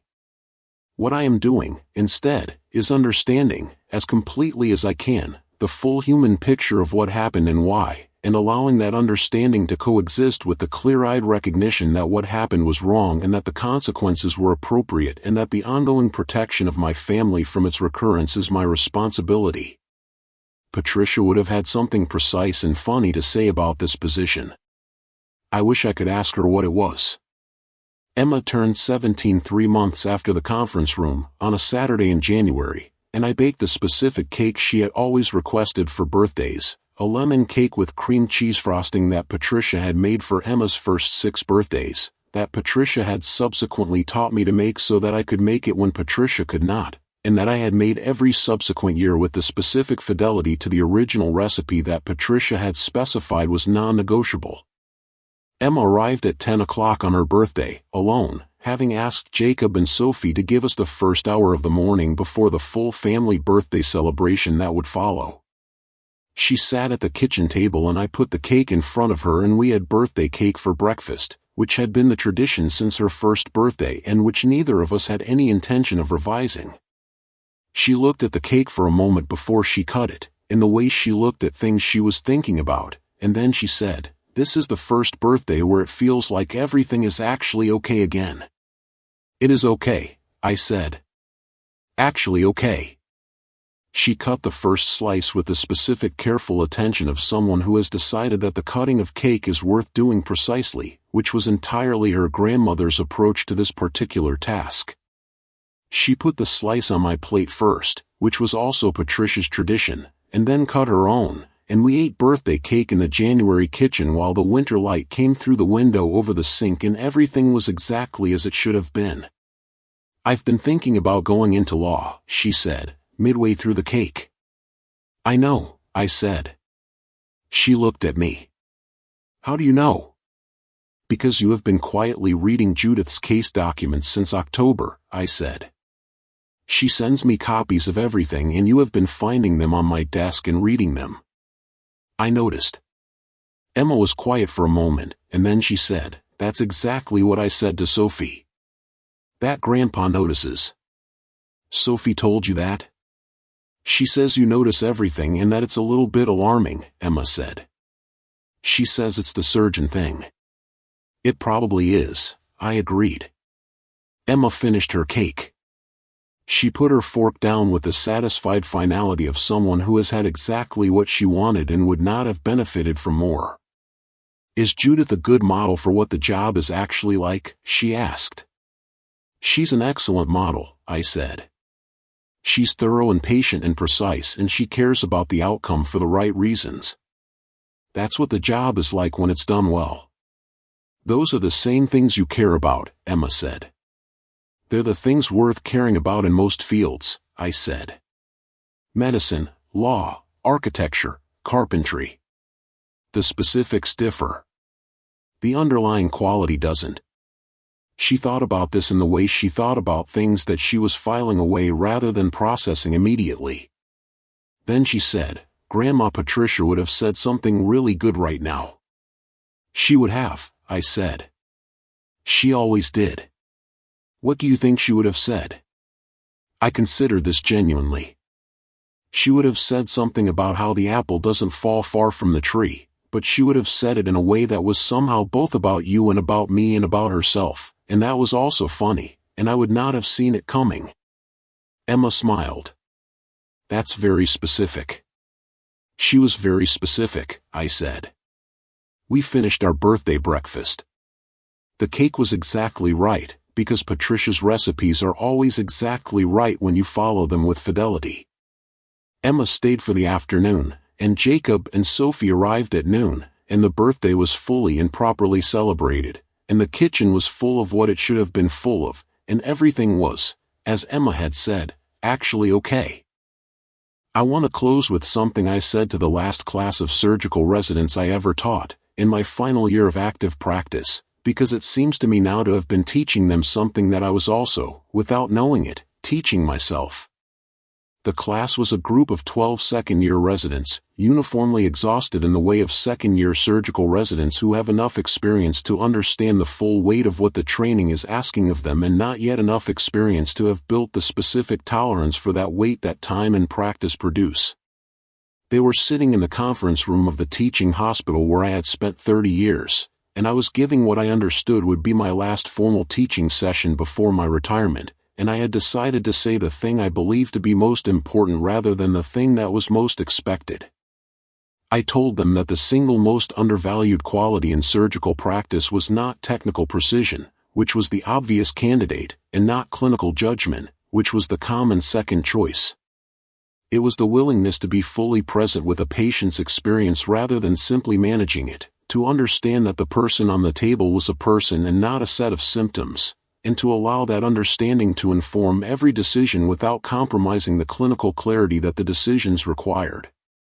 I told them that this quality, presence, genuine attention, the refusal to manage rather than engage, was the quality that most reliably produced the outcomes they were training for, not because it changed the technical execution of a procedure but because it changed the quality of every decision that preceded and followed the procedure, the diagnosis, the consultation, the informed consent, the follow-up, the handling of complications. I told them that they would be tempted, throughout their careers, to treat the technical competence as the primary thing and the human engagement as a secondary consideration, because technical competence is measurable and human engagement is not, and we tend to optimize for what we can measure. This was a mistake, I told them.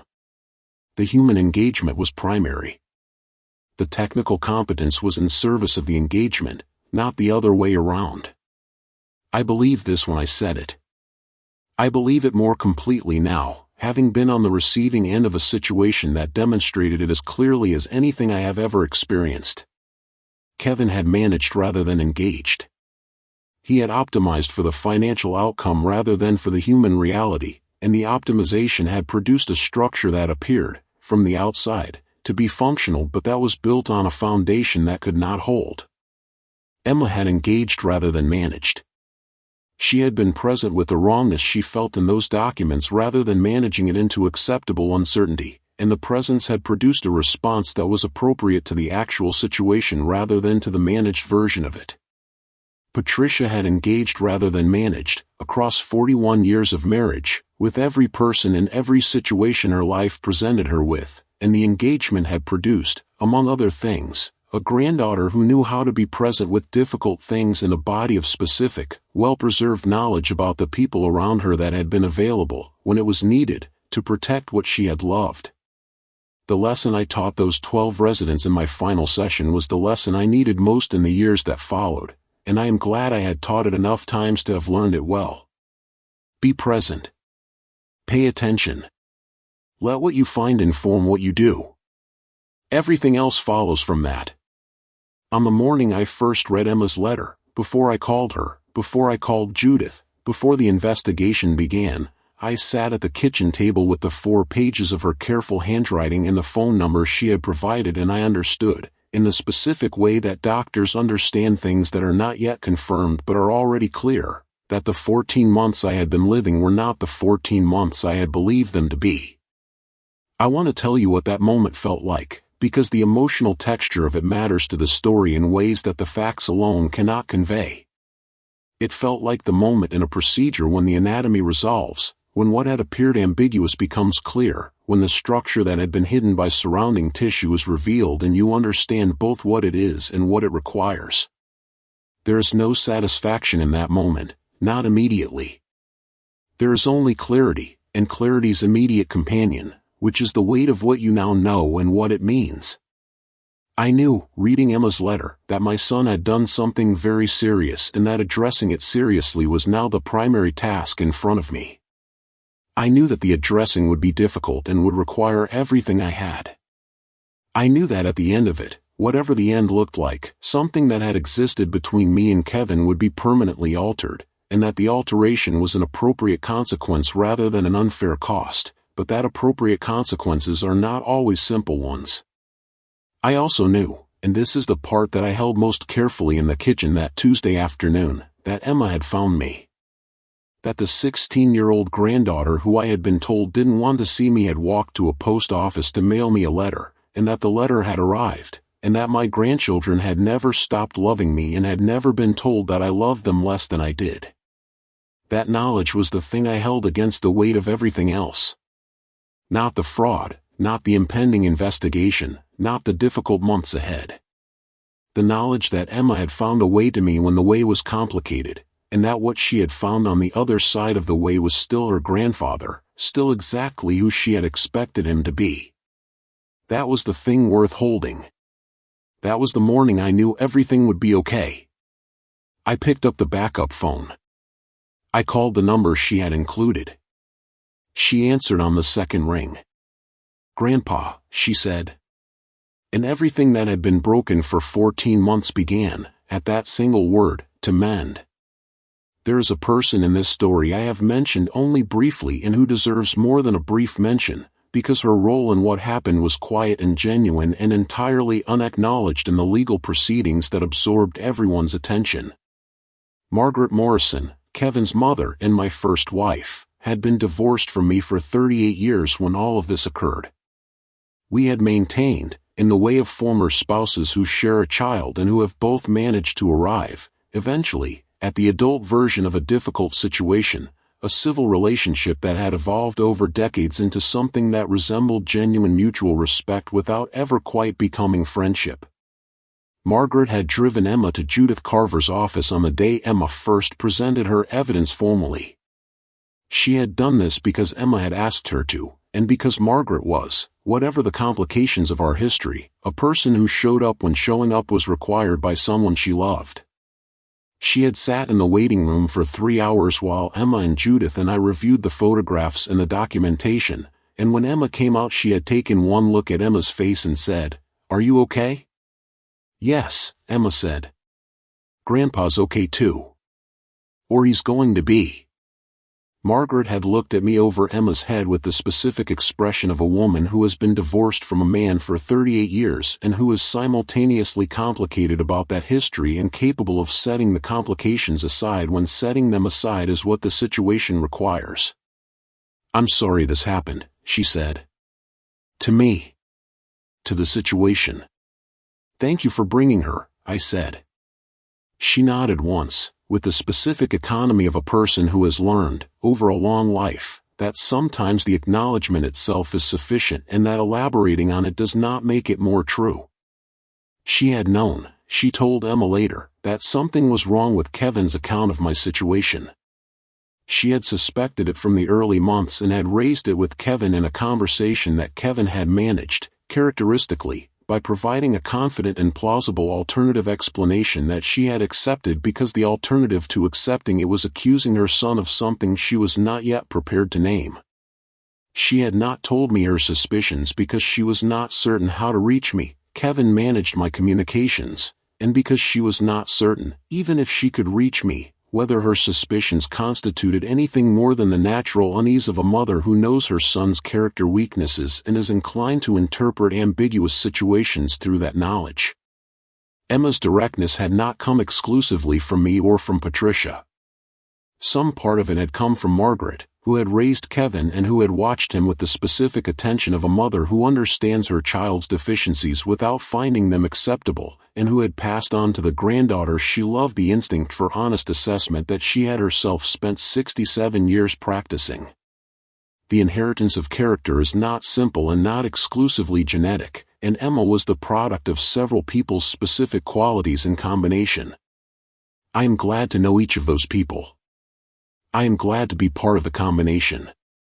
Richard Lowe's 22 years of detailed annual summaries were, in Daniel Park's professional assessment, the single most useful documentary resource in the forensic reconstruction of the fraud scope. They provided a baseline of extraordinary completeness against which every departure from the normal financial picture could be precisely located and measured, and they reduced by months the time that the investigation would otherwise have required. I told Richard this when the case was concluded, and he received the information with the specific modest discomfort of someone who believes that doing their job well does not require acknowledgement, which is the same quality of professional modesty that I had always admired most in the best surgeons and nurses and accountants I had worked with over a career. "I should have called you directly when I noticed the anomaly," he said again. "Richard," I said, for the second time, "you are not responsible for what Kevin did." "No," he said. "But I could have made it harder." There's a kind of integrity that keeps returning to the place where it might have done more, regardless of whether more was actually possible or available. This is not self-flagellation, it is the specific quality of a professional who holds themselves to standards that require them to review their own conduct with the same objectivity they bring to other people's. I have this quality. Patricia had it more than I did. Richard had it too, and I recognized it in him the way you recognize something familiar in someone you have worked with for a long time and never thought to name. "You gave me 22 years of meticulous records," I told him. "When I needed them, they were there. That was your contribution." He accepted this, with the specific reluctance of someone who knows they are being given more credit than they believe they deserve but who understands that continuing to decline it is its own form of self-indulgence. "How's Emma?" he asked. 17 now, I said. "Thinking about law school." He nodded with the approval of a 67-year-old former accountant who understands what the combination of a precise mind and a strong moral compass can produce in a legal career. "She'll be good at it," he said. "She will," I agreed. "She already is." 3 months after the conference room, Sophie asked me a question that I have not yet told you about, because I have been working up to it, and because it is, of all the things that happened in the aftermath of everything, the thing that required the most of me to answer honestly. She had been at my house on a Saturday afternoon, which was not her usual day but which had become possible because Emma had brought her while Jacob was at a friend's house, and she had been on the kitchen floor doing something with a collection of shells she had brought from the Ocean Ecosystems project that had apparently been extended into a personal project over the preceding months. She had been arranging the shells in a pattern that she described as representing the relative sizes of different ocean zones, which was a description that required me to trust her assessment of the shell's relative merits since I did not have her specific knowledge of the topic. She was arranging them with the complete absorption of a 9-year-old for whom a project of genuine interest has the power to exclude everything else, and I was at the counter making tea, and we had been in comfortable parallel silence for 20 minutes when she said, without looking up from the shells, "Grandpa, do you still love my dad?" I stopped what I was doing. I turned around. She was still looking at the shells. "Sophie," I said. "Can I think about that for a moment before I answer?" She looked up. "Okay," she said, and went back to the shells. I thought about it for the full moment I had requested. I thought about it with the care it deserved, which was the most complete care I could give it, because Sophie had asked it with the seriousness of a 9-year-old who understands that some questions are serious questions and who deserves a serious answer. "Yes," I said, when I had thought about it long enough to be certain. "I love your dad. He's my son. I love him with the specific love that a parent has for a child that doesn't go away regardless of what the child does. It changes shape when a child does something very wrong. It becomes a more complicated love, a love that has grief in it alongside the love itself. But it doesn't stop." Sophie considered this for a moment. "Is that why you're not trying to put him in jail forever?" "He's going to be in prison for a while," I said. That was the consequence the law set. I didn't try to make it more or less than what it was. "But you could have?" she asked. "I had some influence over how fully we cooperated with the prosecution," I said. "I cooperated fully, which helped establish the full scope of what he did. I didn't try to protect him from the consequences. But I also didn't try to make the consequences worse than the law required. Because that's not my job. My job was to restore what he took and to make sure it couldn't happen again." Sophie thought about all of this with the specific gravity she brought to important things. Then she said, "Mom would have thought about it exactly like that." "I hope so," I said. "She would have," Sophie said.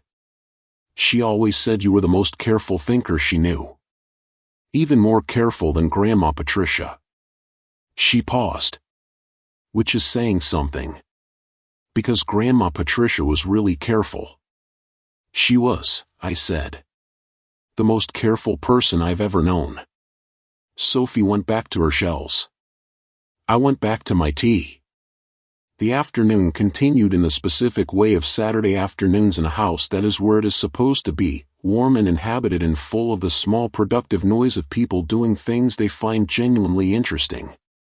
Sophie got the ocean zone distribution exactly right, according to the reference she checked afterward on her tablet.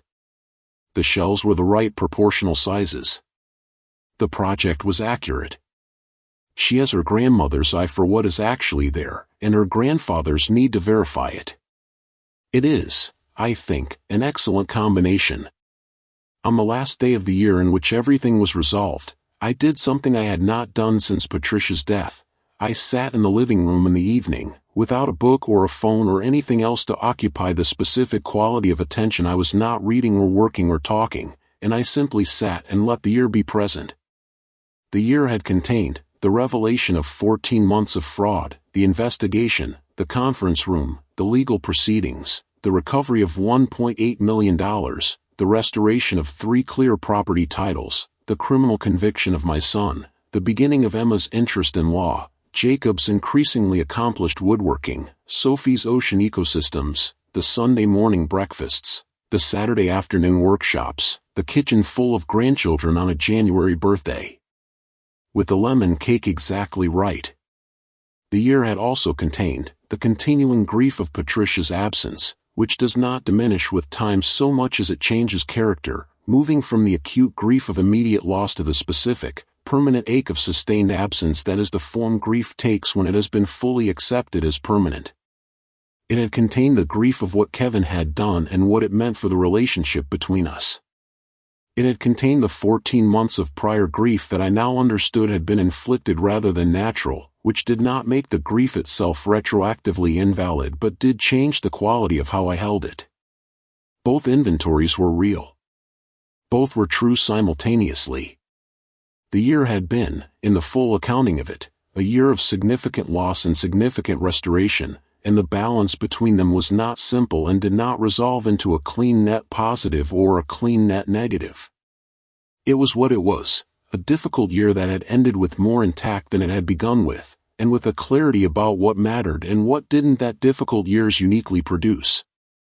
When the door finally closed correctly, cleanly, squarely, with the specific satisfying click of a well-fitted joint meeting its stop, Jacob stood back from the cabinet and looked at it with the expression I recognized from 35 years of surgical practice as the expression a person wears when they have completed something difficult correctly and are allowing themselves to know it. "It works," he said. "It works," I agreed. He looked at me. "Is this what you felt the first time a surgery went right?" "Similar," I said. "The stakes were different. The satisfaction was the same kind." He nodded, filing this away with the specific attention of someone who is building a body of understanding about how the world works, one piece at a time, in the patient and methodical way of people who take things seriously enough to learn them properly. "Can we build something harder next time?" he asked. "What did you have in mind?" I said. "A bookcase," he said. "With adjustable shelves." I looked up how to do the dado joints. "You looked up dado joints?" I said. "Yeah," he said. I wanted to know what was next. We built the bookcase the following month. The dado joints were good. Not perfect, nothing is perfect the first time, and occasionally not the 20th time, but good, which is the word that means something that holds and functions and does what it was built to do, which is the only standard worth applying. On a Sunday morning in spring, 14 months after Emma's letter had arrived in my mailbox, I made breakfast for 3 grandchildren in the kitchen that Patricia had filled with her presence, and the kitchen was full of what it should have been full of, and I stood at the counter making coffee while Sophie sat at the table with her ocean books and Jacob was in the garage looking at a piece of walnut he had found at a lumber yard and Emma was working through a problem set at the kitchen table. With the focused absorption of someone who finds mathematics genuinely beautiful. The morning light came through the window over the sink at the specific angle that March produces in this latitude, the angle that is the first genuine harbinger of spring after a winter that has been fully winter, and the kitchen was warm and smelled like coffee and the particular smell of a house that has been inhabited by people who care for it, and I stood at the counter and I was fully present in the specific sense that Patricia had taught me to be present, not managing the moment or assessing it or preparing for what came after it, but simply inside it, completely, with the full attention of a person who understands that this is the thing itself and not a preparation for or a sequel to the thing itself. This is the thing. This kitchen, this morning, these 3 children, this light. Patricia had known this was the thing. She had organized her entire life around keeping this thing intact, the relationships, the standard, the specific quality of honest attention that makes people feel genuinely seen rather than managed. She had kept it, and she had protected it when it needed protection, and she had left behind the specific resources needed to restore it when it was threatened, because she had understood that it was worth protecting with everything she had. It was worth everything she had. It is worth everything I have.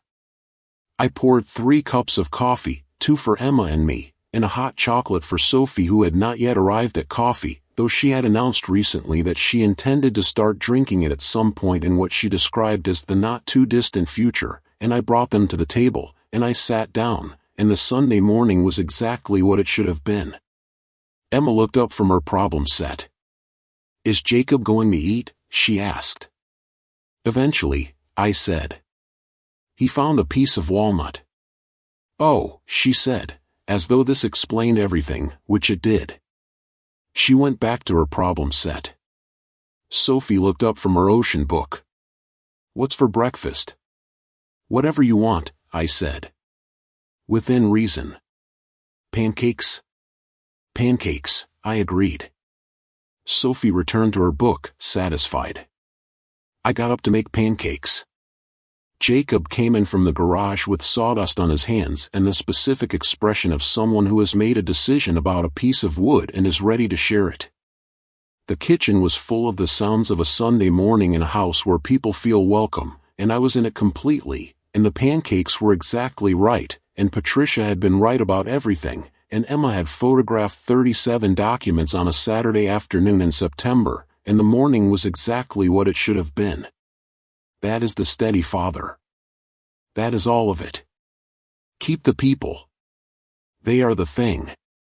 When Miriam Cross presented her full investigative findings, the picture she had assembled of Kevin's life during the 14 months of the fraud was considerably more detailed than any single element of it had suggested in isolation. Kevin had been living, during those months, in the specific way of a man who has access to money that is not recognized as not his own, spending with a freedom that had no basis in his legitimate income, in amounts that would have been immediately visible to anyone who was tracking his financial activity against his salary, which was not something any of the people around him had been doing because there was no obvious reason to do it. He had spent approximately $340,000 on personal expenses during the 14 months, the new car, the vacation property deposit, a wardrobe that his colleagues had apparently noted as significantly upgraded from his prior standard, several international trips that he had attributed to business purposes, and a series of restaurant and entertainment expenses that reflected a social life considerably more expensive than his previous one had been.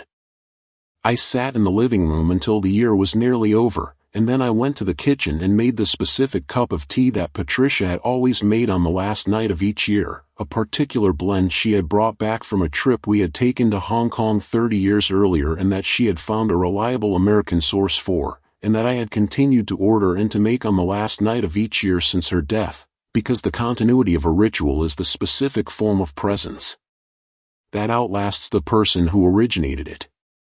I drank the tea. I thought about Patricia, and Emma, and Jacob, and Sophie, and Richard, and Judith, and Margaret, and everyone who had shown up when showing up was what the situation required. I thought about Kevin, and the wound that had driven him, and the consequences that had followed, and the long, uncertain work of understanding and the longer, more uncertain work of whatever came after understanding.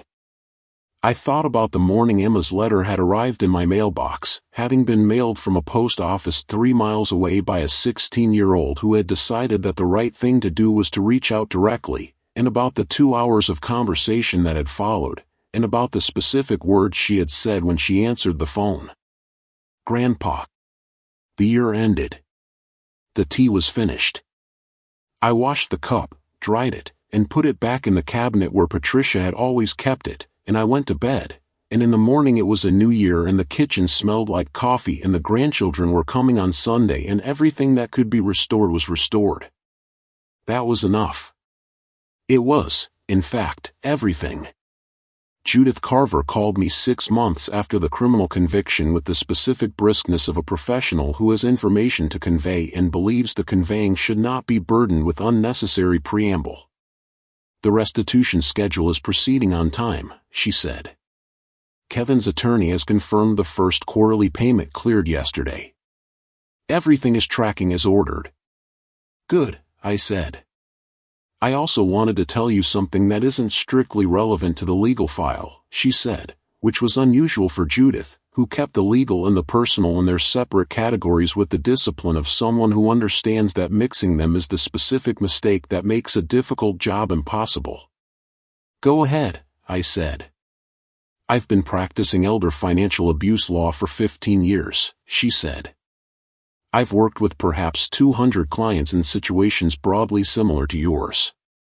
In my experience, the cases that conclude with the most complete restoration of the client's situation share a specific characteristic, which is that the client had, prior to the fraud, built relationships of genuine quality with a sufficient number of people that those people were available and motivated to help when help was required. She paused. You had Richard Lowe's 22 years of records. You had Emma's photographs. You had Miriam's investigative connections. You had my referral from your colleague, which came from the professional reputation you had spent 35 years building. None of those resources would have been available to a person who had not spent the preceding decades building the kind of relationships that produced them. I was fortunate, I said. You were prepared, she said. There's a difference. Fortunate implies randomness. You had built something that, when you needed it, was there. That's not fortune. That's the product of 40 years of consistent character. I thought about this for a moment. Patricia used to say something similar, I said. She used to say that the return on honest dealing comes late and all at once. Judith was quiet for a moment. She sounds like she was a very smart woman. The smartest person I've ever known, I said. And I spent 35 years in rooms full of brilliant people. The case is closed, Judith said, returning to the crisp professional register that was her default. You'll continue to receive quarterly restitution confirmations. Call me if anything requires attention. Thank you, Judith, I said.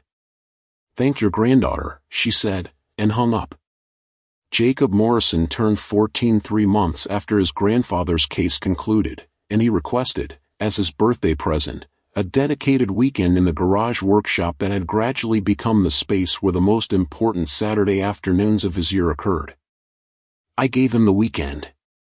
I also, without telling him this was what I was doing, gave him the specific teaching I had never been formally given myself, the teaching that comes from working alongside someone who knows what they are doing and allows you to watch and then to try and then to correct and then to succeed, in the sequence that learning from masters has always followed regardless of the specific content being taught. We built a small cabinet together over that birthday weekend.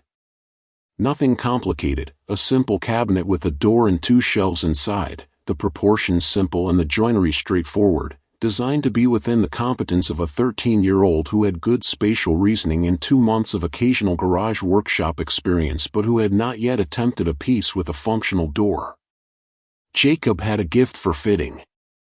The fitting of a door, the iterative planing and testing that produces a door that closes cleanly and opens smoothly and sits square in its opening, is the kind of task that requires a specific tolerance for repetitive adjustment that not everyone possesses, and Jacob possessed it in abundance. He worked on that door for 4 hours on Saturday, planing it in small increments, testing it in the opening, noting the binding, planing again, with the patient persistence of someone who has decided that the right result is worth whatever the iterative process requires. The spending was documented by Miriam with the specific thoroughness of someone who understands that a pattern of spending, assembled completely, tells a story that individual transactions do not. The story it told was of a man who had convinced himself that the money he was spending was money he had been owed and was finally receiving, and who had consequently stopped treating its expenditure as something that required justification. This is the specific financial behavior pattern that Daniel Park had described as the common error of estate fraudsters who target family members, the psychological reclassification of stolen assets as inheritance, which produces a spending behavior that looks, to forensic investigators, exactly like what it is. Not the careful, disguised spending of a professional criminal who understands that spending beyond your means is a flag. The open, uncalibrated spending of a person who believes, genuinely if wrongly, that they are spending what is theirs. Kevin had believed it. The belief was wrong, and the consequences of the wrong belief were appropriate, and the belief does not excuse what the belief produced. But it was the belief of a person who had reached a specific psychological point at which the distinction between what you were owed and what you have taken had dissolved, which is not a comfortable thing to know about a person you have loved in any capacity, even a complicated one. Miriam's report was thorough and professionally detached, as all good investigative reports are, and I read it with the clinical attention I had brought to difficult pathology reports across 35 years of medical practice, the attention of a person who needs to understand the full picture clearly without allowing the understanding to compromise the clarity. I understood the full picture. I had acted on it completely. I had allowed the legal process to assign the appropriate consequences. And I was now, on Sunday mornings in a kitchen full of grandchildren, living inside the restoration that the understanding and the action and the consequences had made possible. That is what the investigation was for.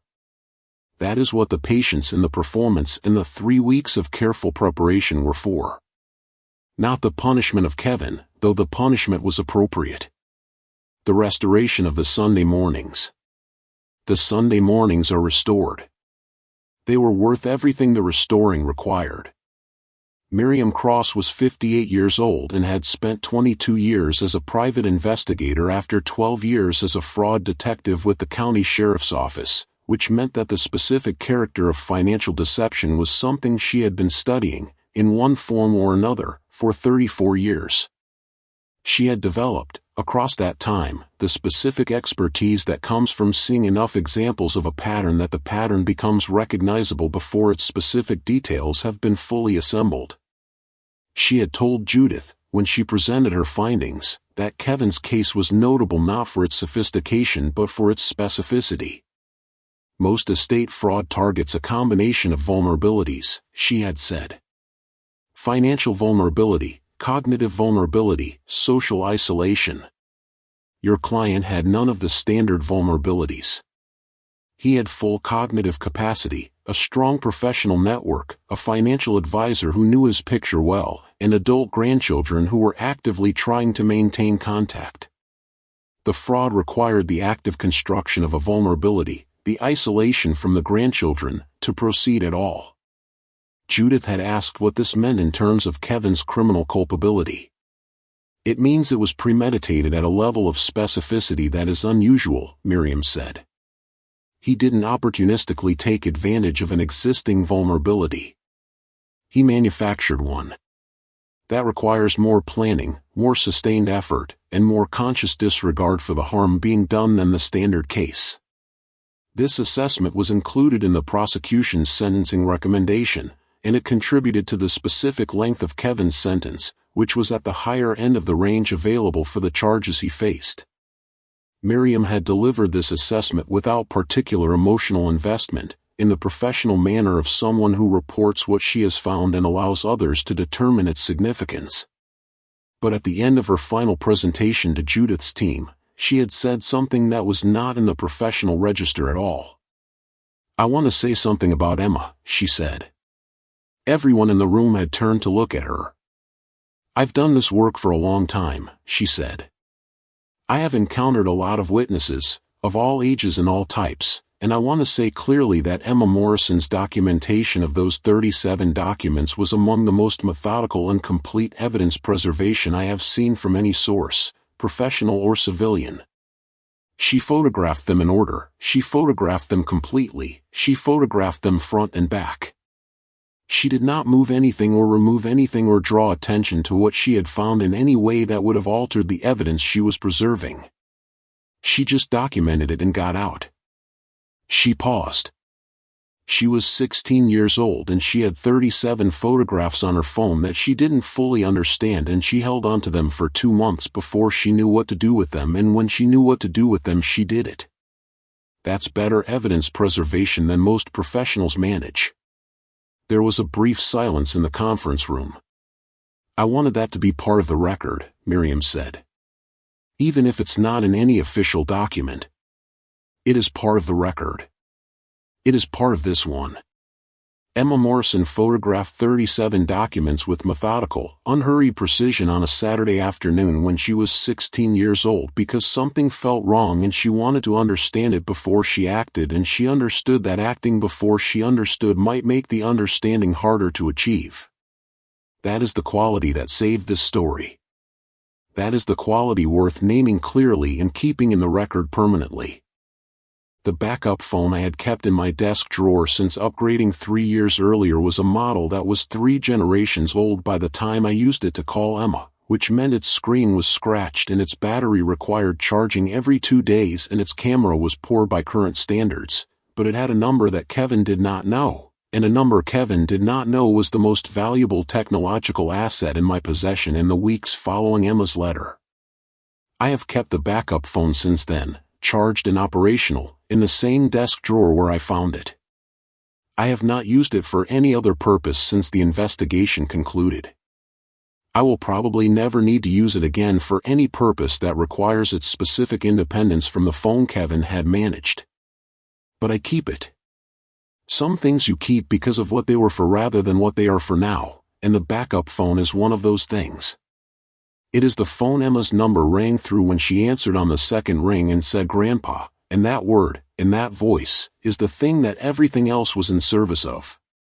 The phone has a scratch on the upper right corner of the screen that has been there since before I upgraded. I do not remember how it got there.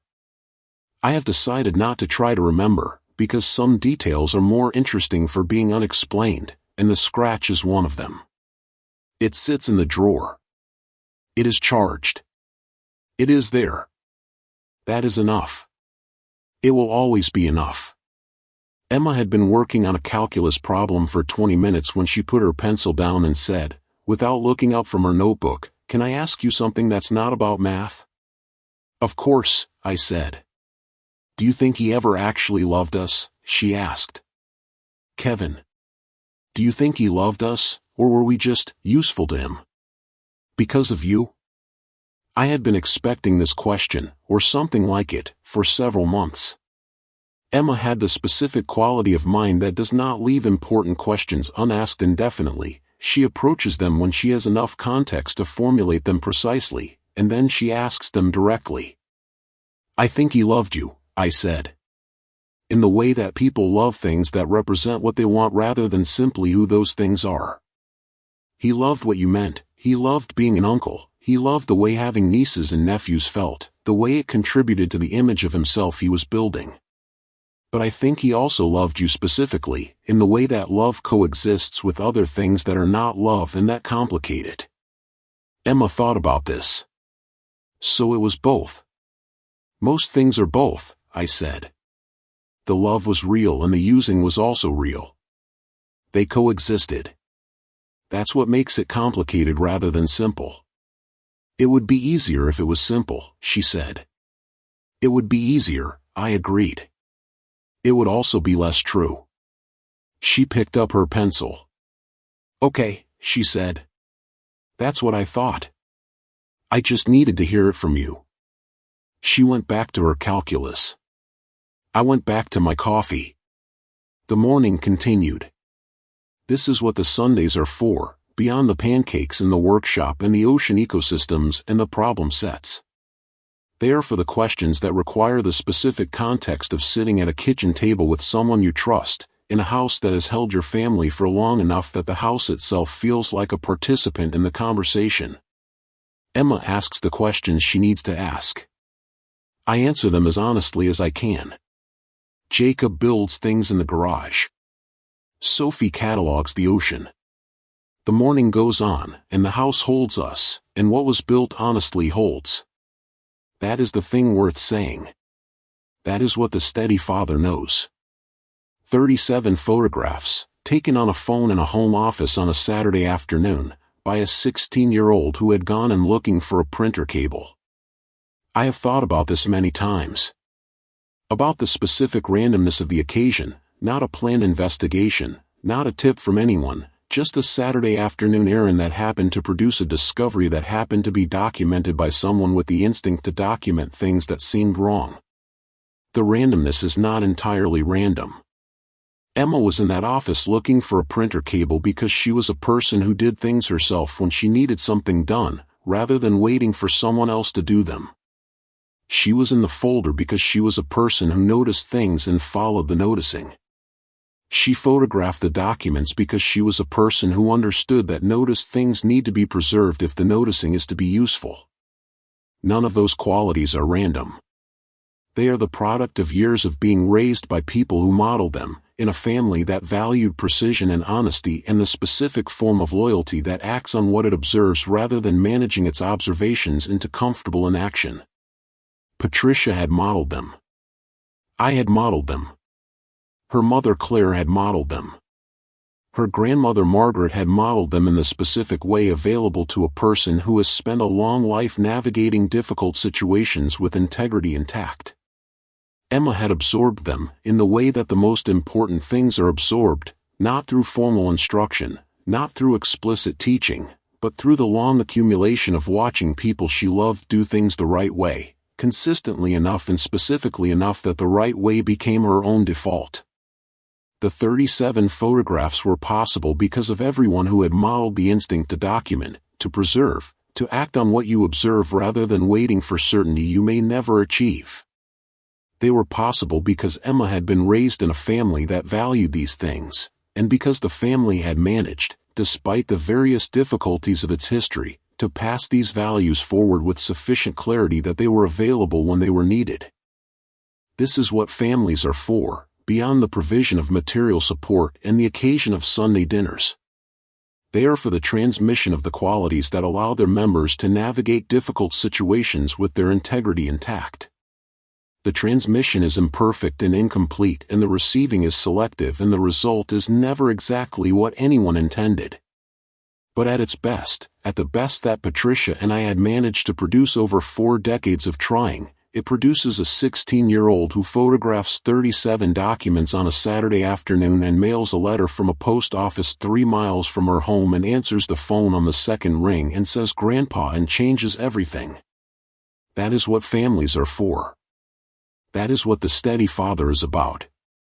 I want to tell you, in specific detail, what the first Sunday of every month looks like now, because the specific detail of ordinary restored life is the most honest testament to what was nearly taken and what was given back. Emma arrives first, always, because she is the oldest and because the oldest child in any family grouping takes responsibility for the logistics in ways that no one assigns and that simply happen. She arrives at 10 o'clock with the calculus or the legal theory or, in recent months, the pre-law reading that has replaced calculus as her primary intellectual occupation for the morning. She makes her own coffee, which she began doing 8 months ago with the specific announcement of a person who has decided that an adult behavior is now appropriate and is beginning it immediately, and she settles into the chair that has been her chair since she was old enough to be reliable at a kitchen table. We work. She works on whatever she is working on and I work on whatever I am working on, and the kitchen is warm and the work proceeds, and the specific quality of shared productive silence that is the most intimate form of domestic cohabitation fills the room. Jacob arrives at 11, because 11 is when he wakes up on Sundays, which is a biological reality of adolescence that I have been informed by multiple sources is not negotiable regardless of how one feels about it. He comes in through the back door, which goes past the garage, because checking the garage on the way in has become his habit, a quick look to see what I am working on, a note of what materials are in progress, a mental cataloging that feeds the Saturday afternoon projects he has been conducting with increasing independence and increasing ambition. He makes toast, because Jacob's relationship with breakfast has always been primarily transactional, and he sits at the table with his toast and contributes, at intervals that suit his specific mode of social engagement, which is less continuous than Sophie's and more considered than either Emma's or mine, to whatever conversation is occurring. Sophie arrives at noon, because Sophie's mother drives her, and noon is when her mother is available to bring her, and Sophie's arrival is announced by the specific energy of a 10-year-old who has been looking forward to something all morning and is ready to have it. She comes in with whatever she has been doing that week, an ocean project, a drawing, a collection of something, a question she has been saving because it seemed like a kitchen table question rather than a school question, and she distributes her various things across the available surfaces with the complete comfort of someone who is entirely at home. I make pancakes at noon, because noon is when Sophie arrives, and Sophie ordered pancakes on the first Sunday and has continued to order pancakes on every subsequent Sunday, which I take as evidence that the pancakes are correct and do not require revision. We eat lunch together. The conversation is wide-ranging and frequently interrupted and occasionally nonsensical and entirely satisfying. Emma and Sophie conduct a running debate about whether mathematics or biology is the more important science, which has no resolution and requires no resolution and is the specific kind of ongoing conversation that constitutes a relationship rather than merely an exchange of information. Jacob contributes to this debate at intervals with the specific economy of a 14-year-old who has a strong opinion and has decided that deploying it selectively is more effective than deploying it continuously. After lunch, Jacob goes to the garage. Emma continues her work. Sophie sits on the kitchen floor with whatever she has brought and continues the project of the week, asking questions at intervals that interrupt without demanding, the way children who are comfortable somewhere ask questions of adults they trust. At 3 o'clock they leave. Emma drives Jacob and Sophie in the car she now handles with the confidence of someone who has decided that driving is a skill worth having completely rather than approximately. I stand at the door and watch them go, the way I have stood at doors watching people I love go for 73 years. The kitchen is quiet. The house settles into the specific quality of a Sunday afternoon, the warmth of having been inhabited all morning still present in the air, the evidence of the morning still present on the table and the counter, the garage still carrying the smell of whatever Jacob has been building. I make tea. I sit at the table. I let the morning be present. Patricia used to do this too, let the morning be present after the activity was finished, sit in the kitchen and inhabit the warmth that people leave behind in a space where they have been happy. She had a name for it that I have never quite been able to recall precisely, something in Cantonese that translated roughly as the warmth that stays, and she believed that taking a moment to inhabit it consciously, rather than immediately clearing away and moving on to the next thing, was a form of respect for what had just happened. I sit in the warmth that stays. I think about Patricia. I think about Emma's letter and the backup phone and the conference room and the 37 photographs. I think about Sophie's ocean ecosystems and Jacob's dado joints and Emma's legal theory and the specific calculus problem she had worked through at this table last month that had produced, at its resolution, the expression of pure intellectual satisfaction that is entirely her own and entirely her grandmother's and entirely the product of a family that has managed, despite everything, to pass something genuinely valuable forward. The warmth stays. I sit in it. I am grateful for it. That is the steady father. That is all of it. That is everything worth saying. Keep the people. Let the warmth stay. Don't stop building. Patricia said so. Emma proved it. The steady father knows. A grandfather waited by an empty phone 14 months of thinking he was all alone. His son had told his grandchildren the old man didn't care, but a 16-year-old knew that wasn't true. She had to dare.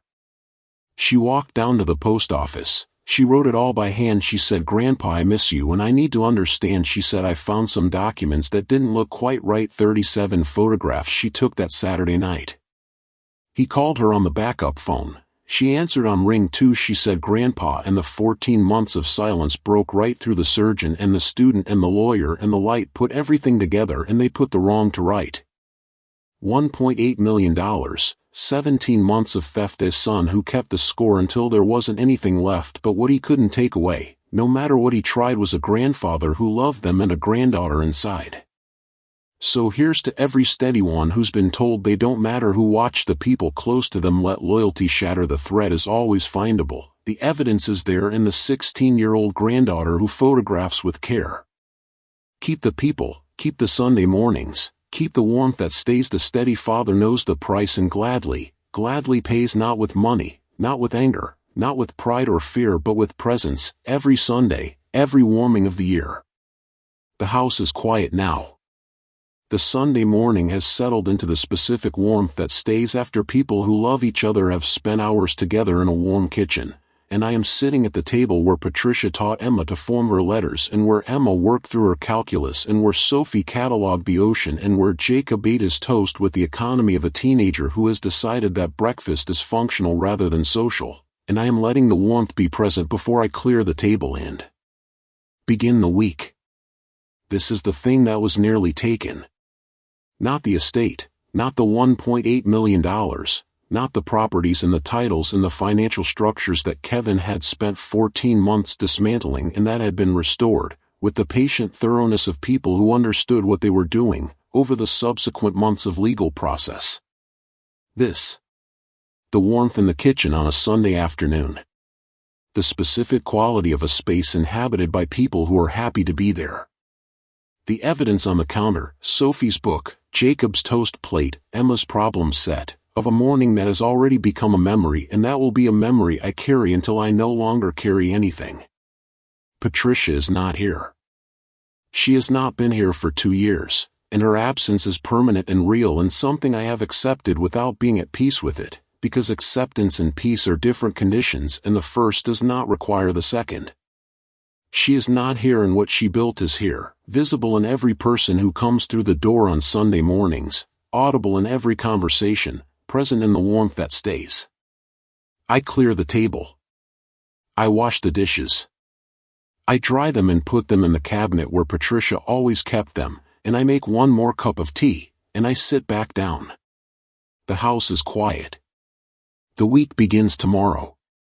There is work to do. Keep building. She said so. I am. I will. That is the steady father. That is everything.